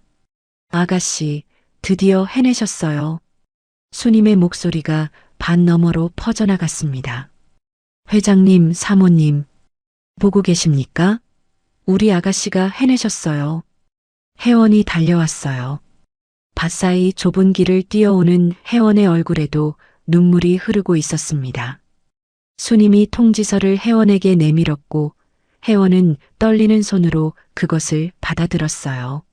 합격. 그 두 글자를 몇 번이고 읽었습니다. 진짜였어요. 꿈이 아니었습니다. 하지만 혜원의 눈이 합격 안내문 뒤쪽에 멈춘 순간 표정이 바뀌었어요. 등록금 납부 고지서였습니다. 거기 적힌 숫자는 수님이 1년을 일해도 모을 수 없는 금액이었죠. 의대 등록금은 다른 학과의 몇 배에 달했고 기숙사비와 교재비, 실습비까지 합하면 눈앞이 캄캄해지는 액수였습니다. 혜원은 통지서를 접어 주머니에 넣으며 억지로 웃었어요. 수님에게 걱정을 주고 싶지 않았거든요. 하지만 그날 밤 혜원은 잠을 이루지 못했습니다. 한밤중에 목이 말라 물을 마시러 일어났을 때였어요. 마당에서 낮은 목소리가 들려왔습니다. 수님의 목소리였죠. 혜원은 발소리를 죽이고 부엌 문 뒤에서 귀를 기울였어요. 수님이 이웃집 남자와 이야기를 나누고 있었습니다. 목소리가 떨리고 있었지만 말의 내용은 단호했어요. 이 집이랑 저 밑에 작은 밭대기 말일세. 이거 넘기면 그 등록금이라는 거 만들 수 있겠나?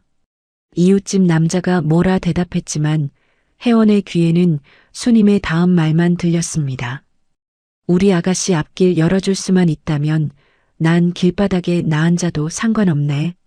제발 좀 알아봐주게. 혜원은 입을 두 손으로 틀어막았어요. 소리가 새어나올 것 같았거든요. 눈물이 손등 위로 줄줄 흘러내렸습니다. 이 집은 수님의 친정집이었어요. 수님의 어머니가 살던 집이고 수님이 태어나고 자란 곳이었죠. 수님에게 남은 마지막 보금자리. 그것마저 팔아서 혜원의 등록금을 만들겠다고 하고 있었습니다. 혜원은 소리 없이 방으로 돌아왔어요. 이불을 뒤집어 쓰고 한참을 울었습니다. 더 이상은 안 된다고 생각했어요. 자신을 살리기 위해 아주머니의 마지막 터전까지 빼앗는 건 사람이 할 짓이 아니었습니다. 혜원은 결심했어요. 이 집을 떠나야 한다. 아주머니의 인생을 더 이상 갉아먹을 수 없다. 내 힘으로 일어서야 한다. 떠나기로 결심한 전날 밤이었습니다. 혜원은 조용히 짐을 꾸렸어요. 짐이라고 해봐야 옷 한 벌과 문제집 몇 권이 전부였죠. 작은 보따리에 그것들을 넣고 마지막으로 자신의 왼쪽 손목을 내려다봤습니다. 시계가 있었어요. 도망치던 그날부터 단 한 번도 손목에서 빼본 적 없는 시계. 부모님이 혜원의 생일에 해외에서 구해 선물한 것이었습니다. 혜원에게 남은 부모님의 마지막 흔적이었죠. 1년 넘게 이 시계를 볼 때마다 아버지의 웃는 얼굴, 어머니의 따뜻한 손길이 떠올랐습니다. 혜원은 시계 잠금 장치를 천천히 풀었어요. 손목에서 시계가 빠지는 순간 가슴 한쪽이 텅 비는 느낌이 들었습니다. 하지만 혜원은 그 시계를 자기 보따리가 아닌 다른 곳에 두려 했어요. 수님이 잠들어 있는 방으로 갔습니다. 수님은 얇은 이불을 덮고 옆으로 누워 자고 있었어요. 하루 종일 일한 탓에 깊은 잠에 빠져 있었죠. 거친 숨소리가 규칙적으로 흘러나왔습니다. 혜원은 수님의 곁에 무릎을 꿇고 앉았어요. 그리고 수님의 손을 조심스레 잡아 펼친 뒤 그 손바닥 위에 시계를 올려놓았습니다. 시계의 차가운 금속이 수님의 따뜻한 손바닥에 닿았을 때 수님이 눈을 떴어요. 잠결에 무슨 일인가 싶어 눈을 비비다가 자기 손 위에 놓인 시계와 그 앞에 무릎을 꿇고 있는 혜원을 보고 벌떡 몸을 일으켰습니다. 아니, 아가씨. 이걸 왜 저한테? 이건 아가씨가 차고 계셔야죠. 부모님 생각날 때마다 보셔야지. 혜원이 고개를 저었어요. 그리고 수님의 거친 손을 시계와 함께 꼭 감싸주며 말했습니다. 아주머니, 저 장학금 받을 방법 알아냈으니까 집 팔지 마세요.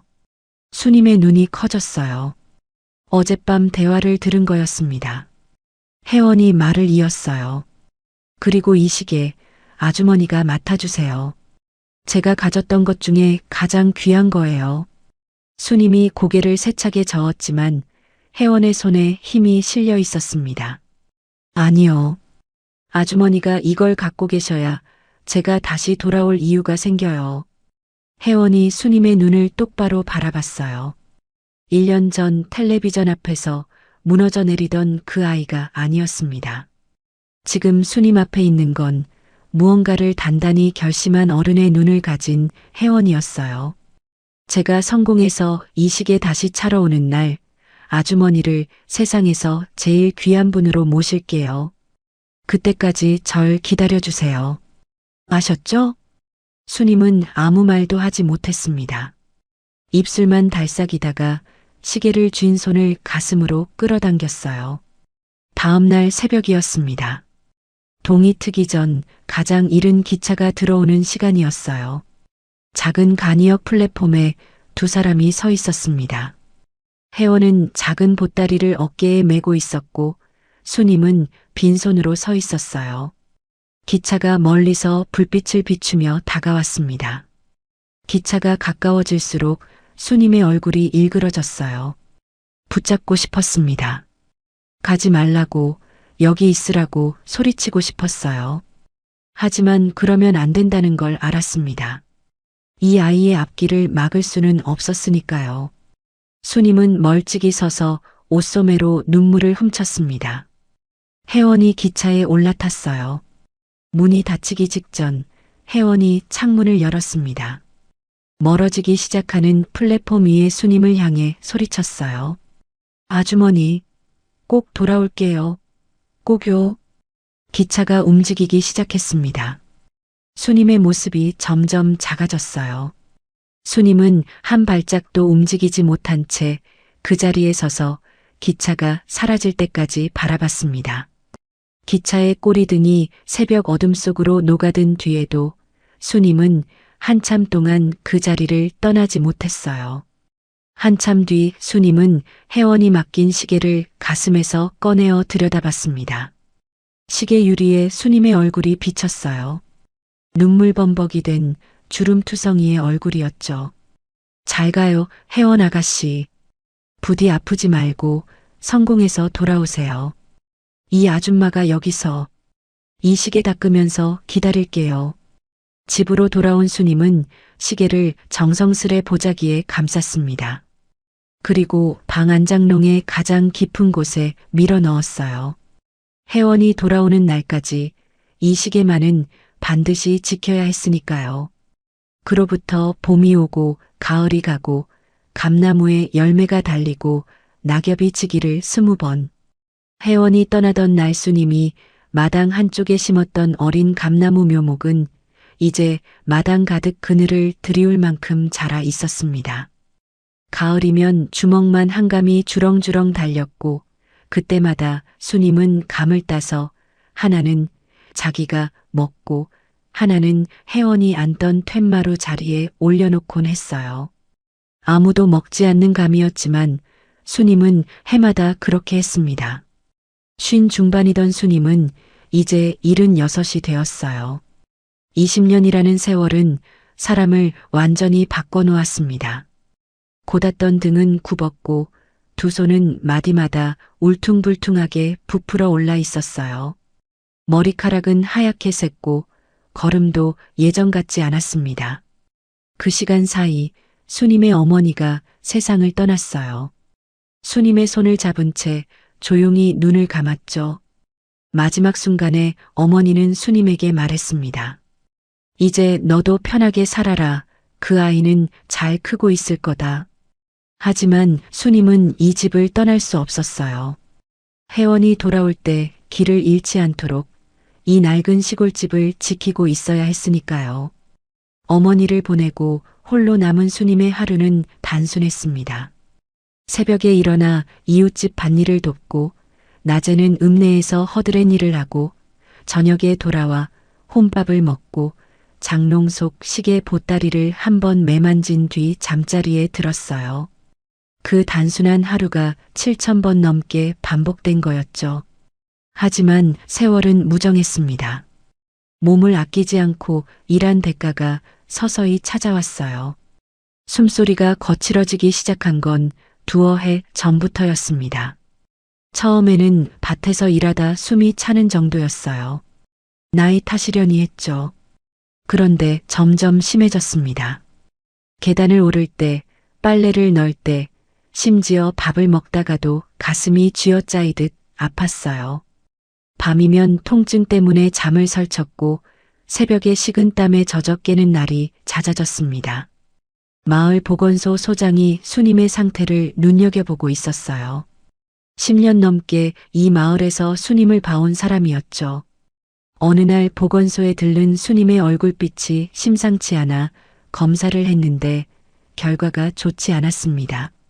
소장이 심각한 얼굴로 수님의 손을 잡았어요. 수님 할머니, 이 소견서 들고 당장 서울 큰 병원으로 가보세요. 심장이 많이 안 좋아요. 수술만 하면 사시는데 시골에서 버틸 일이 아니에요. 수님은 소견서를 받아들고 한참을 내려다봤습니다. 깨알 같은 글씨가 빼곡히 적힌 종이. 무슨 말인지 반도 이해할 수 없었지만 소장의 표정만 봐도 심각하다는 건 알 수 있었어요. 아이고, 소장님. 이 늙은이가 서울까지 가서 무슨 수술을 해요. 돈도 없거니와 나 죽으면 우리 아가씨 올 때 누가 문 열어주라고요. 수님은 소견서를 접어 주머니에 넣고 보건소를 나왔습니다. 걸음이 느렸어요. 보건소 계단을 내려오는데 가슴이 또 아려왔지만 수님은 이를 악물고 집으로 향했습니다. 그날 밤이었어요. 수님이 잠자리에 누웠는데 갑자기 가슴이 터질 듯이 아팠습니다. 숨을 들이쉬려 해도 공기가 들어오지 않았죠. 몸을 뒤척이다가 입에서 뜨거운 것이 치밀어 올랐습니다. 베개에 피가 묻었어요. 수님은 어둠 속에서 베개의 핏자국을 손으로 더듬으며 공포에 질렸습니다. 숨이 턱 밑까지 차올랐어요. 천장을 바라보며 수님은 생각했습니다. 이렇게 죽는 건가? 이 시골집 방바닥에서 혼자 죽는 건가? 아가씨 얼굴도 못 보고 회장님 묘소에 술 한 잔도 못 올렸는데 이대로는 못 죽어. 나는 살아야 해. 수님은 힘겹게 몸을 일으켰습니다. 벽을 짚고 장롱 앞으로 기어가듯 다가갔어요. 떨리는 손으로 장롱 문을 열었습니다. 가장 깊은 곳, 20년 동안 단 한 번도 꺼내본 적 없는 보따리가 거기 있었어요. 혜원이 맡기고 간 시계가 들어있는 보따리였습니다. 수님은 보따리를 꺼내 무릎 위에 올렸어요. 보자기를 푸는 손이 떨렸습니다. 시계가 나타났어요. 20년 전 그대로였습니다. 먼지 하나 없이 깨끗했어요. 수님이 해마다 명절 때면 꺼내어 닦아놨거든요. 시계 유리에 수님의 얼굴이 비쳤습니다. 20년 전과는 비교할 수 없을 만큼 늙고 초라한 얼굴이었죠. 이거라도 팔면 수술을 받을 수 있지 않을까? 그 생각이 스쳤어요. 약속보다 목숨이 앞서는 순간이었습니다. 다음 날 수님은 낡은 보따리를 품에 안고 읍내로 향했습니다. 읍내에서 가장 큰 시계방이었어요. 유리문을 밀고 들어가니 좁은 가게 안에 시계들이 진열장 가득 놓여 있었습니다. 카운터 뒤에 돋보기를 쓴 주인이 앉아 있었어요. 수님이 보따리를 카운터 위에 올렸습니다. 보자기를 풀자 시계가 드러났어요. 주인이 무심히 시계를 집어들었습니다. 돋보기로 뒷면을 살피고 뚜껑을 열어 무브먼트를 확인하더니 갑자기 안경을 벗었어요. 다시 썼습니다. 그리고 손이 덜덜 떨리기 시작했어요. 할머니, 이거 어디서 나셨어요? 주인의 목소리가 달라져 있었습니다. 아까까지의 무심한 태도가 온데간데 없었어요. 이거 전 세계에 몇 개 없는 한정판이에요. 지금 경매 나가면 상태에 따라 30억은 좋게 받습니다. 지난 몇십 년 동안 가치가 폭등했어요. 수님은 자기 귀를 의심했습니다. 예, 30억이요? 아니, 시계 하나가 무슨 시골집 수십 채 값을 해요. 주인이 잘못 본 거 아니에요? 주인이 고개를 세차게 저었어요. 제가 시계만 40년 봤습니다. 할머니, 당장 이거 파시죠. 제가 수수료 조금만 떼고 바로 현금 만들어 드릴게요. 이거면 할머니 평생 대궐 같은 집에서 사셔도 남아요. 30억? 그 숫자가 수님의 머릿속에서 맴돌았습니다. 평생 흙을 파서 만져본 적 없는 금액이었어요. 그 돈이면 당장 서울의 가장 좋은 병원에서 수술을 받을 수 있었습니다. 남은 여생을 따뜻한 방에서 편안하게 보낼 수도 있었죠. 더 이상 남의 집 밭일을 하며 무릎을 혹사시키지 않아도 됐어요. 주인이 서랍에서 서류를 꺼냈습니다. 현금 계약서였어요. 수님 앞으로 내밀며 펜까지 건넸습니다. 수님의 손이 펜을 향해 움직였어요. 그 순간이었습니다. 시계 유리에 비친 자신의 얼굴이 눈에 들어왔어요. 주름지고 볼이 꺼지고 눈 밑에 그림자가 깊이 내려앉은 얼굴.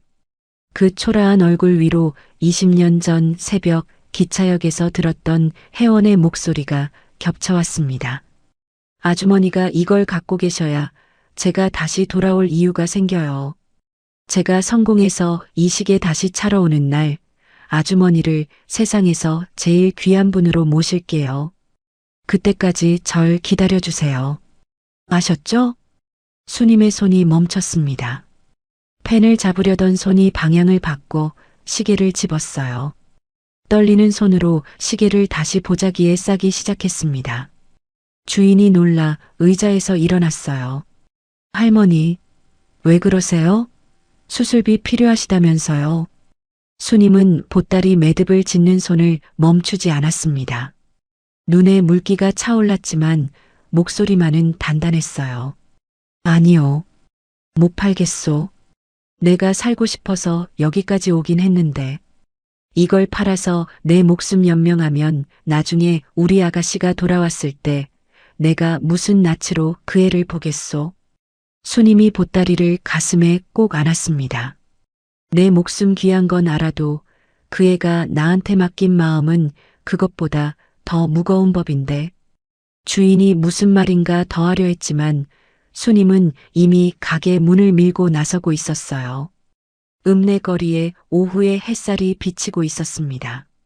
수님은 보따리를 가슴에 안은 채 천천히 걸었어요. 살고 싶어서 찾아왔지만 결국 약속을 택하고 돌아가는 걸음이었습니다. 죽음을 각오한 걸음이었어요. 수님의 작고 굽은 등이 읍내 거리의 사람들 사이로 멀어져 갔습니다. 시계방을 다녀온 뒤 수님의 몸은 눈에 띄게 나빠졌습니다.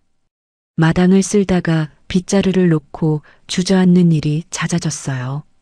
숨이 차서 한 발짝도 떼지 못하고 담벼락에 기대어 가슴을 움켜쥐는 시간이 길어졌습니다. 밥을 먹다가도 숟가락을 놓고 거친 숨을 몰아쉬었고 밤이면 가슴을 쥐어짜는 통증에 신음소리를 내며 뒤척였어요. 그 모습을 발견한 건 보건소 소장이었습니다. 수님이 마당에서 쓰러져 있는 걸 보고 달려왔어요. 수님의 손이 차갑고 입술에 핏기가 없고 숨소리가 쇳소리처럼 거칠었습니다. 소장은 더 이상 지켜볼 수 없었어요. 할머니, 이러다 정말 큰일 나요. 이건 시골 약으로 될 게 아니에요. 소장이 수님의 팔을 잡고 일으키며 말했습니다. 제가 아는 후배가 있는 서울 큰 병원에 연락해뒀으니까 당장 가세요. 여기 소견서 절대 잃어버리지 마시고요. 돈은 나중에 생각하고 일단 살고 봐야 할 거 아닙니까? 소장이 수님의 짐을 싸주었어요. 옷 한 벌, 수건, 소견서. 수님은 거기에 하나를 더 챙겼습니다. 장롱 깊숙이 넣어뒀던 낡은 보따리. 시계가 든 보따리였어요. 왜 가져가는지 자기도 설명할 수 없었습니다. 그냥 이상하게 오늘따라 이 시계가 눈에 밟혀서 손에서 놓을 수가 없었어요. 20년 만에 처음으로 마을을 떠나는 길이었습니다. 서울행 버스가 먼지를 날리며 출발했어요. 수님은 창가 자리에 앉아 보따리를 가슴에 꼭 안았습니다. 창밖으로 마당의 감나무가 멀어지고 있었어요. 가지마다 잎이 무성한 그 나무를 보며 수님이 조용히 중얼거렸습니다. 아줌마가 이 집 비우면 안 되는데. 금방 다녀올게요, 아가씨. 버스는 시골길을 빠져나와 고속도로에 올라탔습니다. 수님은 창밖을 보며 잠들지 못했어요. 20년 전 혜원이도 이 길로 떠났겠지. 버스보다 더 빠른 기차를 타고 이보다 더 먼 곳으로 갔겠지. 그때 그 아이는 얼마나 무서웠을까. 수님의 손이 보따리를 더 꽉 쥐었습니다. 서울에 도착했을 때 수님은 압도당했어요. 병원은 거대했습니다. 시골에서 보던 보건소와는 차원이 달랐어요. 유리벽으로 둘러싸인 건물이 하늘 높이 솟아 있었고 안으로 들어서자 끝이 보이지 않는 복도가 사방으로 뻗어 있었습니다. 천장에서는 하얀 형광등이 쏟아지고 바닥은 거울처럼 반들반들했어요. 사람들이 빠른 걸음으로 오가고 어디선가 기계음이 울리고 안내 방송이 쉴 새 없이 흘러나왔습니다. 수님은 그 한가운데 서서 어찌할 바를 몰랐어요. 촌스러운 몸빼 바지에 고무신을 신고 낡은 꽃무늬 보따리를 가슴에 안은 76의 노인.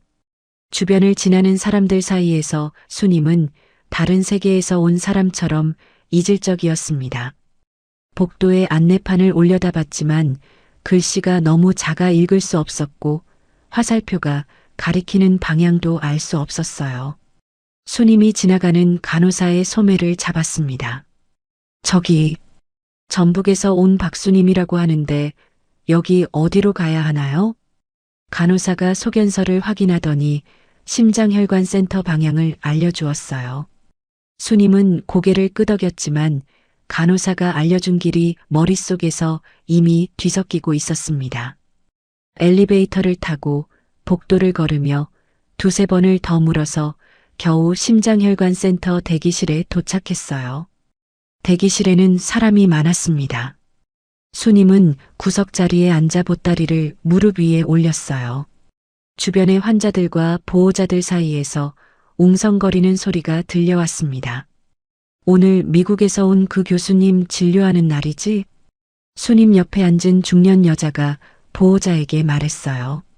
맞아. 그 양반이 죽어가는 사람도 살려낸다며. 미국에서 못 고치는 심장이 없었다는데 이번에 한국으로 돌아왔다더라고. 수님은 그 대화를 멍하니 들었습니다. 남의 나라 이야기 같았어요. 자기랑은 상관없는 대단한 사람들의 이야기. 수님은 그저 보건소 소장이 연결해준 의사를 만나 소견서를 내밀면 되는 거였으니까요. 대기실 벽에 걸린 텔레비전에서 뉴스가 흘러나오고 있었어요. 화면이 바뀌더니 병원 로비에서 찍은 듯한 영상이 나왔습니다. 미국 심장학계의 권위자이자 불가능한 수술을 성공시키기로 유명한 오혜원 교수가 마침내 국내 복귀를 결정했습니다. 수많은 러브콜을 마다하고 이곳을 선택한 이유는 수님은 귀가 어두워 앵커의 말을 다 듣지 못했어요. 하지만 화면 속에서 하얀 가운을 입은 여자의 뒷모습이 스쳐 지나갔을 때 수님의 가슴이 덜컥 내려앉았습니다. 뒷모습이었어요. 고개를 살짝 돌리며 복도를 걸어가는 여자의 뒷모습. 어깨의 각도, 걸음걸이, 머리카락이 흔들리는 방식. 어딘가 익숙했어요. 수님의 심장이 빠르게 뛰기 시작했습니다. 설마, 아니겠지. 세상에 이름이 같은 사람이 어디 한둘인가. 오혜원이라는 이름이 그렇게 드문 것도 아닌데. 수님은 자기 자신에게 그렇게 말했어요. 스스로를 달래며 무릎 위 보따리를 매만졌습니다. 보자기 사이로 시계의 단단한 감촉이 손끝에 전해졌어요. 시간이 흘렀습니다. 1명, 2명, 환자들이 이름이 불려 진료실로 들어가고 대기실은 조금씩 한산해졌어요. 수님은 계속 기다렸습니다. 보따리를 안은 채 소견서를 주머니에서 꺼냈다 넣었다 하며 불안한 마음을 달래고 있었죠. 마침내 간호사가 수님의 이름을 불렀습니다. 박수님 할머니, 1번 진료실로 들어오세요. 수님은 자리에서 일어났어요. 다리가 떨렸습니다. 심장 때문인지 긴장 때문인지 알 수 없었어요. 진료실 앞까지 걸어가 문 앞에 섰습니다. 하얀 문에 1번이라는 번호가 붙어 있었어요. 수님은 숨을 한번 고르고 문을 열었습니다. 소독약 냄새가 코를 찔렀어요. 환한 조명 아래 깔끔하게 정돈된 진료실이었습니다. 책상 위에 컴퓨터 모니터가 있었고 의자에는 하얀 가운을 입은 의사가 등을 돌린 채 차트를 보고 있었습니다. 수님은 쭈뼛거리며 방 안으로 들어갔어요. 의사의 뒷모습을 보면서 조심스레 소견서를 책상 끝에 내려놓았습니다. 저, 전북에서 온 박수님입니다. 보건소장이 여기 오면 산다고 해서. 의사가 고개를 끄덕이며 차트를 넘겼어요. 그리고 천천히 의자를 돌려 앉았죠. 수님의 눈에 가장 먼저 들어온 건 의사의 가슴에 달린 명찰이었어요. 하얀 가운 위에 단정하게 핀으로 고정된 작은 명찰. 거기에 적힌 글자가 수님의 눈에 한자 한자 박혔습니다. 심장혈관외과 교수 오혜원. 수님의 눈이 명찰에서 의사의 얼굴로 올라갔어요. 안경 너머로 보이는 눈매. 날카롭지만 어딘가 깊은 슬픔이 가라앉아 있는 눈이었습니다. 인맥, 이마의 선, 턱의 각도. 오래전 뒷문 밖으로 밀어낸 18살 소녀의 얼굴이 그 위에 겹쳐졌어요. 세월이 바꿔놓은 것은 많았지만 바꿔놓지 못한 것도 있었습니다. 그 눈, 20여 년 전 교복을 입고 울던 그 아이의 눈이었어요. 수님의 팔에서 힘이 빠졌습니다. 가슴에 안고 있던 보따리가 바닥에 툭 떨어졌어요. 보자기가 풀리며 시계가 반쯤 드러났지만 수님은 주울 수 없었습니다. 온몸이 굳어버렸거든요. 의사도 움직이지 못했어요. 차트에서 환자의 이름을 확인하려 시선을 내리다가 거기 적힌 세 글자를 본 순간 그대로 멈춰버렸습니다. 박수님, 76세, 전북 장수군. 진료실 안에 정적이 내려앉았어요. 기계음도 복도의 발소리도 대기실의 웅성거림도 들리지 않았습니다. 두 사람 사이에 20년의 세월이 말이 되지 못한 수만 가지 감정이 소리 없이 흐르고 있었습니다. 혜원의 손에 들린 차트가 떨리고 있었습니다. 글자 하나하나가 혜원의 눈에 모처럼 박혔어요. 20년 동안 잠들기 전마다 떠올렸던 이름과 주소가 차트 위에 찍혀 있었습니다. 혜원의 눈동자가 지진이라도 난 듯 흔들렸어요. 심장이 멈추는 것 같았습니다. 천천히 고개를 들었습니다. 진료실 의자에 앉아있는 노인이 보였어요. 아까 바닥에 떨어뜨린 낡은 꽃무늬 보따리를 허겁지겁 주워 무릎 위에 올리고 놀란 눈으로 혜원을 바라보고 있었습니다. 혜원은 숨을 쉬는 법조차 잊은 채 노인의 얼굴을 뜯어봤어요. 주름진 눈가, 투박하게 부풀어 오른 손마디, 수건으로 질끈 묶은 하얀 머리카락, 기억 속 아주머니보다 훨씬 작아진 체구, 세월이 20년치를 한꺼번에 새겨놓은 것 같은 얼굴이었습니다. 하지만 혜원은 알아봤어요. 이 세상 어디에서든 몇십 년이 흘러도 알아볼 수 있는 사람이었으니까요. 혜원의 목소리가 터져 나왔습니다. 형편없이 떨리는 목소리였어요. 혹시, 박수님, 아주머니, 세요? 수님의 입이 벌어졌습니다. 입술이 떨렸어요. 말이 되지 않는 소리가 목 안에서 맴돌다가 겨우 빠져나왔습니다. 아가씨? 설마, 우리 혜원 아가씨? 그 한마디에 혜원이 무너졌습니다. 의자에서 벌떡 일어나 수님에게 달려갔어요.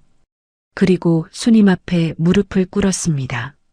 세계적인 권위자라 불리는 심장외과 교수가 촌스러운 몸빼 바지를 입은 노인 앞에 아이처럼 무릎을 꿇었습니다.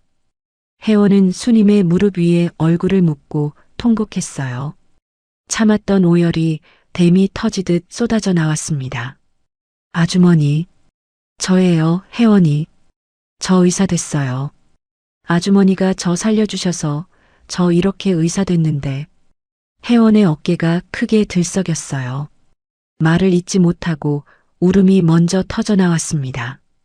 겨우 숨을 고르고 다시 말을 이었습니다. 어쩌다 이 병원까지 오신 거예요?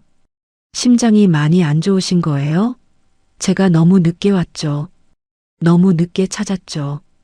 이제 아주머니 찾으러 가려 했는데. 혜원은 말끝을 흐렸어요. 수님의 무릎 위에서 고개를 들지 못했습니다. 20년이었어요. 20년 동안 이 사람을 찾지 못했다는 죄책감이, 이 사람이 지금 환자로 앉아 있다는 현실이 혜원의 가슴을 짓눌렀습니다. 진료실 밖 대기실에는 수십 명의 환자가 기다리고 있었어요. 시간이 한참 지나도 진료실 문이 열리지 않자 간호사가 당황해서 문을 열어봤습니다. 그리고 굳어버렸죠. 세계적인 권위자라 불리는 교수가 환자 앞에서 무릎을 꿇고 울고 있었으니까요. 혜원이 고개를 돌려 간호사를 봤어요. 눈물범벅이 된 얼굴이었지만 목소리에는 흔들림이 없었습니다. 오늘 오전 진료 다 미루세요. 아무도 들이지 마세요. 간호사가 고개를 끄덕이고 문을 닫았어요. 진료실 안에 다시 두 사람만 남았습니다. 한참을 울었습니다.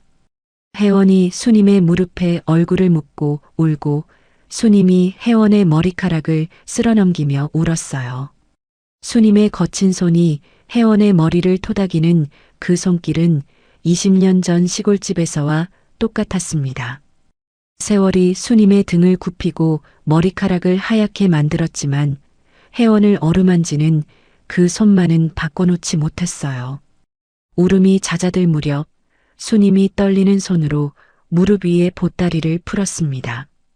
낡은 보자기가 벗겨지자 그 안에서 시계가 모습을 드러냈어요.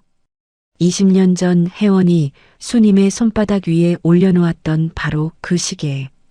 진료실의 형광등 아래에서 시계가 눈부신 광채를 냈습니다. 20년 세월이 무색할 만큼 깨끗했어요.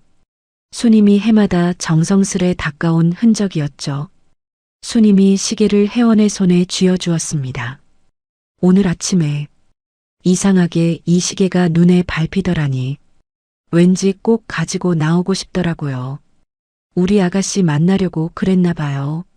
수님의 목소리가 떨렸지만 얼굴에는 미소가 떠올라 있었어요. 이거 돌려주려고 내가 20년을 가지고 있었어요. 나 죽으면 이거 아가씨 못 찾아줄까봐 그거 무서워서 여태껏 안 죽고 버텼나 봐요. 혜원은 시계를 받아들었습니다. 손바닥 위에 놓인 시계의 무게가 느껴졌어요. 20년 전에는 이 무게가 부모님의 마지막 유산이었습니다. 하지만 지금 이 시계에는 그것보다 훨씬 무거운 것이 담겨 있었어요. 수님이 20년간 지켜낸 약속. 자기 목숨까지 걸면서 지켜낸 신뢰. 혜원은 시계를 가슴에 품고 다시 울음을 터뜨렸습니다. 아주머니, 이거 팔아서라도 얼른 수술 받으시지. 왜 이걸 여태 가지고 계셨어요? 왜? 이렇게 몸이 악화되실 때까지. 수님이 고개를 저었어요. 어떻게 팔아요, 이걸? 우리 아가씨 다시 만나면 채워줘야 할 약속인데. 수님의 눈에서 눈물이 흘러내렸지만 입가에는 여전히 미소가 걸려 있었습니다. 이제 됐어요. 이렇게 훌륭한 의사 선생님이 된 걸 봤으니 난 이제 죽어도 여한이 없어요. 혜원은 시계를 내려다봤습니다. 그리고 천천히 손목에 채웠어요. 잠금 장치를 잠그는 찰칵 소리가 조용한 진료실에 울렸습니다. 20년 만에 시계가 제자리로 돌아온 거였어요. 시계 유리에 혜원의 얼굴이 비쳤습니다. 울먹이던 18소녀가 아니라 사람을 살리는 의사의 얼굴이었죠. 혜원은 수님의 손을 잡아 자기 뺨에 갖다 댔습니다. 수님의 거칠고 갈라진 손바닥이 혜원의 뺨에 닿았어요. 그 손이었습니다. 시골집에서 밥을 떠넣어 주던 손, 헝클어진 머리카락을 넘겨주던 손, 뒷문 밖으로 밀어내던 손. 20년이 지나도 그 손길의 온도는 변하지 않았어요. 혜원이 눈물을 닦았습니다. 그리고 수님의 눈을 똑바로 바라봤어요. 이제 혜원의 눈에는 눈물 대신 다른 것이 차올라 있었습니다. 결이었어요. 아니요, 아주머니. 죽긴 왜 죽어요. 혜원의 목소리가 달라져 있었습니다. 울음이 섞인 떨리는 목소리가 아니었어요. 환자 앞에서 흔들리지 않는 의사의 목소리였습니다. 아주머니가 저 살리셨잖아요. 이제는 제가 아주머니 살릴 차례예요. 혜원이 손목의 시계를 한번 내려다보며 말을 이었어요. 이 시계가 다시 제 주인을 찾은 것처럼 아주머니 심장도 제가 다시 뛰게 만들 거예요. 저 믿으시죠? 수님은 혜원을 바라봤어요. 눈물이 그렁그렁한 눈이었지만 그 안에 담긴 건 슬픔이 아니라 안도였습니다. 20년을 기다린 보람이 있었다는 안도. 내가 지킨 아이가 이렇게 자랐다는 안도. 수님이 천천히 고개를 끄덕였어요. 혜원은 진료실 책상 위에 놓인 소견서를 집어들었습니다. 혜원은 그 종이를 가슴에 꼭 안았어요. 이 소견서가 수님을 이 병원으로 이끌었고 이 병원에서 혜원을 만나게 했습니다. 20년을 돌고 돌아 두 사람은 다시 만난 거였죠. 혜원의 눈에 비장한 빛이 서렸습니다. 아주머니의 돈 걱정은 제가 하겠다고, 이 병원에서 아주머니를 반드시 살려내겠다고 혜원은 소리 없이 다짐했어요. 20년 전 수님이 혜원의 손에 숟가락을 쥐어줬듯 이제 혜원이 수님의 심장을 다시 뛰게 만들 차례였습니다. 혜원은 수님을 병원 최고층에 있는 특실에 입원시켰습니다. 수님은 병실에 들어서자마자 당황했어요. 방 하나가 시골집 거실보다 넓었습니다. 침대 옆에는 소파가 놓여 있었고 창문 밖으로는 서울의 야경이 한눈에 내려다 보였어요. 벽에 걸린 텔레비전은 시골집 브라운관의 몇 배 크기였고 화장실에는 흰 수건이 가지런히 쌓여 있었습니다. 수님이 침대 위에 앉으며 주위를 두리번거렸어요. 이런 방에서 자본 적이 없었습니다. 화려한 저택에서 20년을 일했지만 그 집에서 수님의 방은 다용도실 옆 작은 골방이었으니까요. 수님은 침대 시트를 손으로 매만지며 중얼거렸습니다. 이런데 누워도 되나? 이 아줌마가. 혜원이 병실 문을 열고 들어왔어요. 하얀 가운을 벗고 편한 옷으로 갈아입은 모습이었습니다. 손에는 따뜻한 죽 한 그릇이 들려 있었어요. 혜원이 침대 옆 테이블에 죽을 올려놓고 수님의 맞은편에 앉았습니다. 그리고 수님의 거친 손을 두 손으로 꼭 잡았어요. 한동안 말이 없었습니다. 혜원은 수님의 손을 잡은 채 고개를 숙이고 있었어요. 무슨 말을 해야 할지 고르고 있는 것 같았습니다. 수님은 그런 혜원을 가만히 바라봤어요. 기다려 주었습니다. 20년을 기다린 사람이니까 몇 분쯤이야 얼마든지 기다릴 수 있었죠. 혜원이 입을 열었습니다. 목소리가 낮았어요. 아주머니, 기억나세요? 저 합격하고 나서 서울 가서 장학금 받고 공부하겠다고 했던 거요. 수님이 고개를 끄덕였어요. 물론 기억했습니다. 새벽 기차역에서 혜원을 보내던 그날, 장학금 받을 방법을 알아냈으니 집 팔지 말라던 그 말. 혜원이 수님의 손을 더 꽉 쥐었어요. 그리고 고개를 들어 수님의 눈을 바라봤습니다. 사실 그거 다 거짓말이었어요. 수님의 눈이 커졌습니다. 서울 가면 아주머니가 제 등록금 대시려고 하나뿐인 집이랑 텃밭까지 다 파실 거 알았거든요. 마당에서 이웃집 아저씨한테 부탁하시는 거 저 다 들었어요. 저 때문에 아주머니 인생이 통째로 없어지는 걸 차마 볼 수가 없었어요. 수님이 입을 벌렸다가 다물었어요. 뭐라 말을 하려 했지만 혜원이 먼저 이었습니다. 그리고 서울은 너무 무서웠어요. 그 사채업자들이 제 학적부라도 뒤져서 저 찾아내면 아주머니까지 위험해질까봐. 그래서 아예 아무도 찾을 수 없는 곳으로 떠나기로 했던 거예요. 혜원의 목소리가 떨렸어요. 그게 아주머니랑 저 둘 다 살리는 길이라고 믿었거든요. 수님은 아무 말도 하지 못했습니다. 혜원을 멍하니 바라볼 뿐이었어요. 20년 전 기차역에서 혜원이 꼭 돌아올게요라고 소리치던 그 모습이 떠올랐습니다. 그때 혜원은 이미 서울이 아닌 더 먼 곳으로 떠날 결심을 하고 있었던 거였어요. 홀로 세상 끝으로 떠나면서도 아주머니에게는 장학금 받겠다고 거짓말을 한 거였습니다. 수님이 걱정할까봐, 수님이 자기를 붙잡을까봐. 혜원이 말을 이었어요. 미국에서의 이야기였습니다. 미국에 도착했을 때 혜원의 주머니에는 아무것도 없었어요. 말도 통하지 않는 나라에서 혼자 살아남아야 했습니다. 낮에는 식당 주방에서 바닥을 닦고 그릇을 씻었어요. 기름때가 낀 바닥을 무릎 꿇고 걸레질하면서 서울 저택의 대리석 바닥이 떠오른 적도 있었죠. 밤이면 좁은 원룸 책상 앞에 앉아 의학교재를 펼쳤습니다.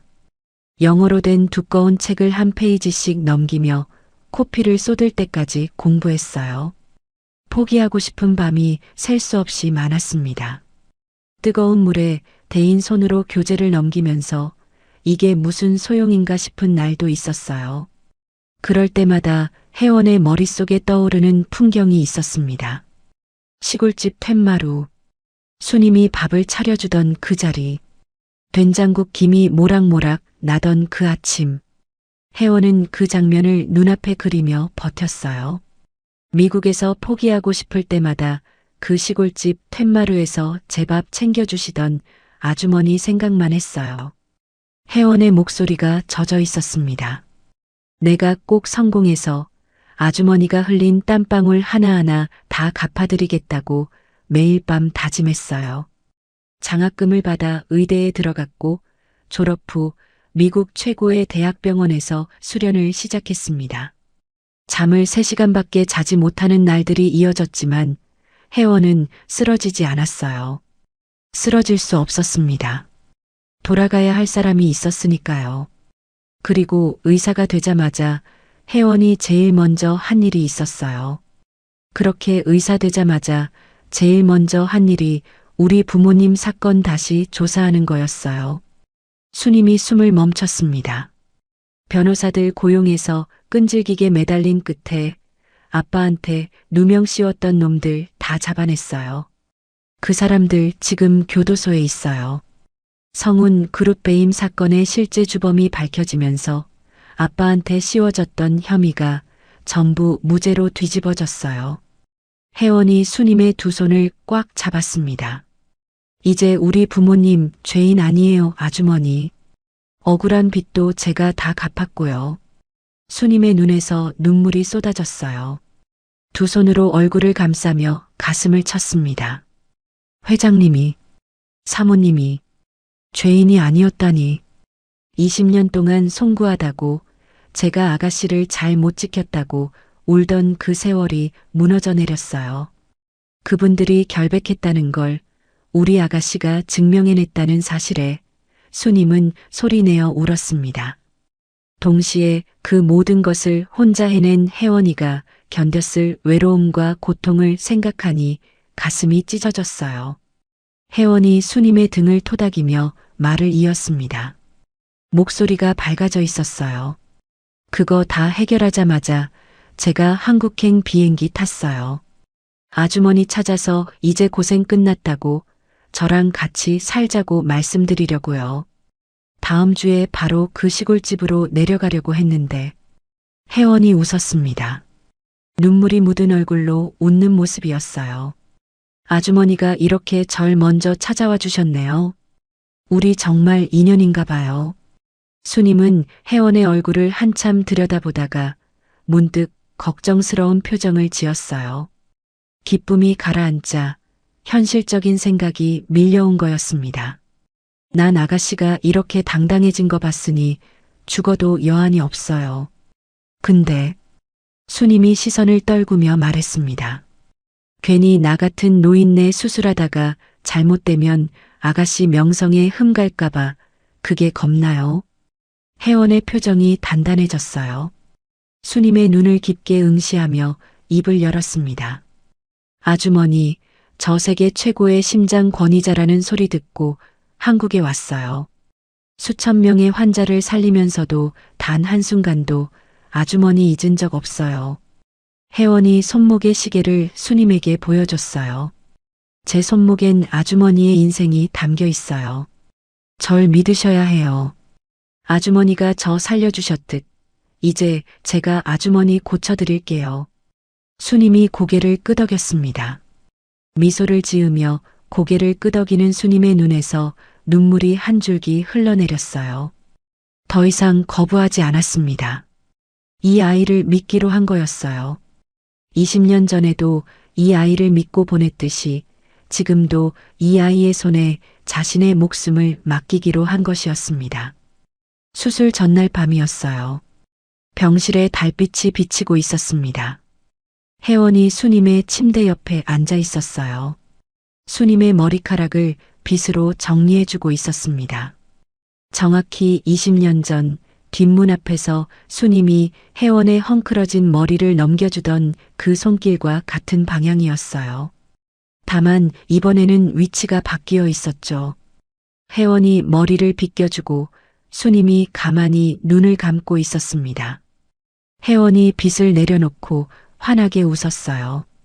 오랜만에 짓는 아이 같은 웃음이었습니다. 아주머니, 수술 끝나고 건강해지시면 저랑 같이 사시는 거예요. 20년 동안 고생하셨으니까 앞으로 평생 제가 아주머니 딸이 되어서 다 갚아드릴게요. 수님이 눈을 떠 혜원을 바라봤습니다. 달빛에 비친 혜원의 얼굴은 20년 전 시골집 툇마루에 앉아 감나무를 바라보던 그 소녀의 얼굴과 겹쳐 보였어요. 세상이 무너져도 결국 다시 일어선 아이. 그 아이가 지금 자기 곁에 앉아 있었습니다. 수님이 혜원의 손을 잡았어요. 힘이 많이 빠진 손이었지만 혜원의 손가락을 감싸는 그 악력만은 단단했습니다. 병실 창밖으로 달빛이 비치고 그 빛 아래서 두 사람의 그림자가 나란히 놓여 있었어요.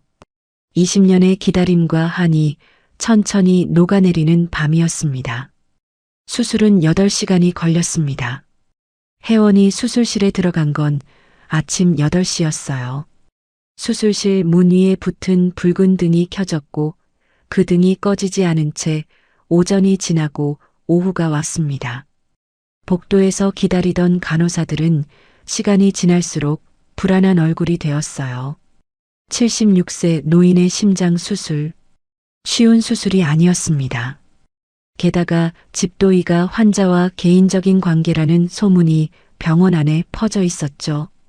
손이 떨리지 않을까, 판단이 흔들리지 않을까, 의료진 사이에서 걱정하는 목소리가 나왔어요. 하지만 수술실 안의 혜원은 흔들리지 않았습니다. 메스를 잡은 손은 단단했어요. 20년 전 수님이 혜원의 손에 숟가락을 쥐어줬을 때 그 숟가락을 놓지 않겠다고 다짐했던 것처럼 지금 혜원의 손은 메스를 놓지 않았습니다. 불가능한 수술을 성공시키기로 유명한 의사. 그 이름에 걸맞게 혜원은 수님의 심장을 다시 뛰게 만들었어요. 오후 4시 수술실의 붉은 등이 꺼졌습니다. 문이 열리고 혜원이 걸어 나왔어요. 수술복이 땀에 젖어 있었고 마스크 자국이 양볼에 붉게 남아 있었습니다. 8시간 동안 서 있었던 다리가 풀려 비틀거릴 뻔했지만 혜원의 얼굴에는 미소가 떠올라 있었어요. 환한 미소였습니다. 기다리고 있던 간호사들에게 고개를 끄덕여 보이며 혜원이 말했어요. 성공이에요. 그 한마디에 복도에 안도의 한숨이 퍼졌습니다. 중환자실로 옮겨진 수님은 하루가 지나서야 의식을 되찾았어요. 천천히 눈을 떴습니다. 천장에 하얀 형광등이 보였어요. 어디인지 모르는 방이었습니다. 코에 산소줄이 걸려 있었고 팔에 수액이 연결되어 있었어요. 손가락 하나 움직이기 힘들었습니다. 그때 무언가 따뜻한 것이 왼손을 감싸고 있다는 걸 느꼈어요. 고개를 돌렸습니다.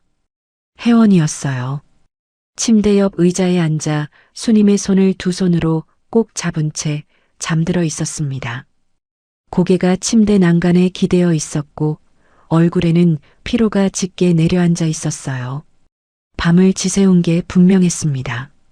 수술을 마치고도 곁을 떠나지 않은 거였죠. 수님이 희미한 목소리로 말했어요. 아가씨, 저 산 건가요? 혜원이 눈을 떴습니다. 수님의 눈이 떠져 있는 것을 확인하자 혜원의 얼굴이 일그러졌어요. 울음인지 웃음인지 모를 표정이었습니다. 혜원이 수님의 손을 들어 자기 뺨에 갖다 댔어요. 네, 아주머니. 수술 아주 잘 됐어요. 이제 아주머니 심장 새 것처럼 튼튼해요. 저랑 오래오래 행복하게 사시는 일만 남았어요. 수님의 눈가에 물기가 번졌습니다. 입술이 달싹였어요. 고맙다는 말을 하려는 것 같았지만 목소리가 나오지 않았습니다. 대신 수님의 손에 미세하게 힘이 들어갔어요. 혜원의 손을 쥐는 힘. 그것이 수님이 할 수 있는 전부였지만 혜원에게는 그것으로 충분했습니다. 회복은 순조로웠어요. 혜원이 직접 모든 과정을 관리했습니다. 수님의 약 시간, 식사 메뉴, 재활 운동 하나하나를 챙겼어요. 간호사들이 하겠다고 해도 혜원은 고집을 부렸습니다. 수님의 혈압을 직접 재고 상처 부위를 직접 확인했어요. 퇴원하는 날이 왔어요. 혜원은 수님에게 새 옷을 사다 입혀줬습니다. 촌스러운 몸빼 바지와 낡은 고무신 대신 따뜻한 니트와 부드러운 외투, 편한 구두를 신겨줬어요. 수님은 거울 앞에서 자기 모습을 보며 쑥스러워했습니다. 이런 옷 처음 입어본다며 옷 매무새를 연거푸 고쳐 잡았어요. 병원을 나선 혜원이 수님을 차에 태운 뒤 서울이 아닌 다른 곳으로 향했습니다. 수님이 창밖을 보며 물었어요. 어디 가는 거냐고. 혜원은 대답 대신 미소만 지었습니다. 차가 멈춘 곳은 한적한 산기슭이었어요. 잘 정돈된 묘역이 보였습니다. 혜원이 수님의 팔을 잡고 조심스레 걸어 올라갔어요. 묘역 중간쯤에 나란히 놓인 두 개의 묘비 앞에서 혜원이 발을 멈추었습니다. 아버지 오진철, 그리고 그 옆에 어머니 한희숙의 이름. 부모님의 묘소였어요. 20년 전에는 장례식에도 가지 못했습니다. 죄인의 가족으로 낙인 찍혀 도망자 신분이었으니까요. 부모님의 마지막 길에 꽃 한 송이 놓아주지 못한 것이 혜원에게 평생의 한이었어요. 하지만 이제는 달랐습니다. 혜원은 묘비 앞에 무릎을 꿇었어요. 수님의 손을 잡은 채였습니다. 아빠, 엄마, 저 약속 지켰어요. 혜원의 목소리가 떨렸지만 울지 않으려고 애쓰고 있었어요. 아주머니가 저 어떻게 키워주셨는지 다 보셨죠? 저 이제 부모님 누명도 다 벗겨드렸고 억울한 빚도 제가 다 해결했어요. 이제 우리 가족 아무도 손가락질 못해요. 수님이 혜원 곁에서 묘비를 바라봤습니다. 돌에 새겨진 이름을 거친 손으로 천천히 어루만졌어요. 20년간 이 묘소에 오지 못했습니다. 와야 한다고 생각하면서도 혜원이 돌아올 집을 비울 수 없어서 오지 못했어요. 수님의 입에서 오열이 터져 나왔습니다. 회장님, 사모님, 보셨지요? 우리 아가씨가 이렇게 훌륭해져서 돌아왔습니다. 저도 이제야 무거운 짐을 내려놓습니다. 두 사람은 묘비 앞에서 한참을 울었어요. 바람이 불어 나뭇잎이 흩날렸고 그 소리가 마치 부모님이 대답하는 것 같았습니다. 혜원은 가져온 꽃다발을 묘비 앞에 내려놓았어요. 20년 늦은 인사였지만 마침내 완성된 인사였습니다. 며칠 뒤 혜원은 수님을 자신의 집으로 데려왔어요. 넓고 아늑한 저택이었습니다. 재벌가의 저택과는 분위기가 달랐어요. 화려하지 않았지만 따뜻했습니다. 혜원이 수님을 데리고 간 곳은 2층 끝에 있는 방이었어요. 문을 열자 햇살이 가득 쏟아지는 넓은 방이 나타났습니다. 창문이 남쪽을 향해 있어 하루 종일 빛이 들어오는 방이었어요. 침대 위에는 새로 산 이불이 정갈하게 펼쳐져 있었고 선반에는 꽃이 꽂혀 있었습니다. 혜원이 수님의 앞에 무릎을 굽히고 앉았어요. 혜원이 손목의 시계를 수님에게 보여줬어요. 20년 동안 수님이 지켜온 바로 그 시계가 혜원의 손목에서 빛나고 있었습니다. 아주머니, 시계방 주인이 이거 30억 준다고 했을 때 안 파셨다고 하셨잖아요. 그때 마음 안 흔들리셨어요? 그 돈이면 아주머니 수술도 받고 평생 호강하셨을 텐데. 수님이 고개를 저었어요. 주름진 얼굴에 미소가 번졌습니다. 30억이 아니라 300억을 준대도 안 바꿨을 거예요. 이건 돈이 아니라 우리 아가씨 약속이고 내 심장이었으니까. 혜원의 눈에 물기가 차올랐어요. 수님의 두 손을 꽉 잡았습니다. 거칠고 갈라지고 마디가 부풀어 오른 손. 20년간 혜원 대신 흙을 파고 그릇을 닦고 빨래를 비벼 빤 손이었습니다. 아주머니는 이제 저희 집 가정부가 아니에요. 제 하나뿐인 어머니예요. 혜원이 숨을 한번 들이쉬고 말했습니다. 엄마, 고마워요. 살아있어줘서. 엄마. 그 한마디에 수님의 얼굴이 무너졌어요. 입술을 꽉 깨물었지만 소용없었습니다. 참았던 울음이 터져 나왔어요. 수님이 혜원을 끌어안았습니다. 가느다란 팔이었지만 힘이 있었어요. 놓치지 않겠다는 듯 꼭 안았습니다. 혜원도 수님을 안았어요. 두 사람은 햇살이 가득한 방 안에서 한참을 그렇게 안고 있었습니다. 그날 오후 혜원은 수님과 함께 저택의 정원을 거닐었어요. 수님이 걸음이 느려 혜원이 팔짱을 끼워줬습니다. 정원에는 혜원이 심어놓은 어린 감나무가 한 그루 서 있었어요. 수님이 그 나무를 보고 웃었습니다. 혜원도 웃었어요. 아무 말도 하지 않았지만 두 사람 다 같은 생각을 하고 있었습니다. 시골집 마당의 감나무였죠. 정원 한쪽 벤치에 나란히 앉았어요.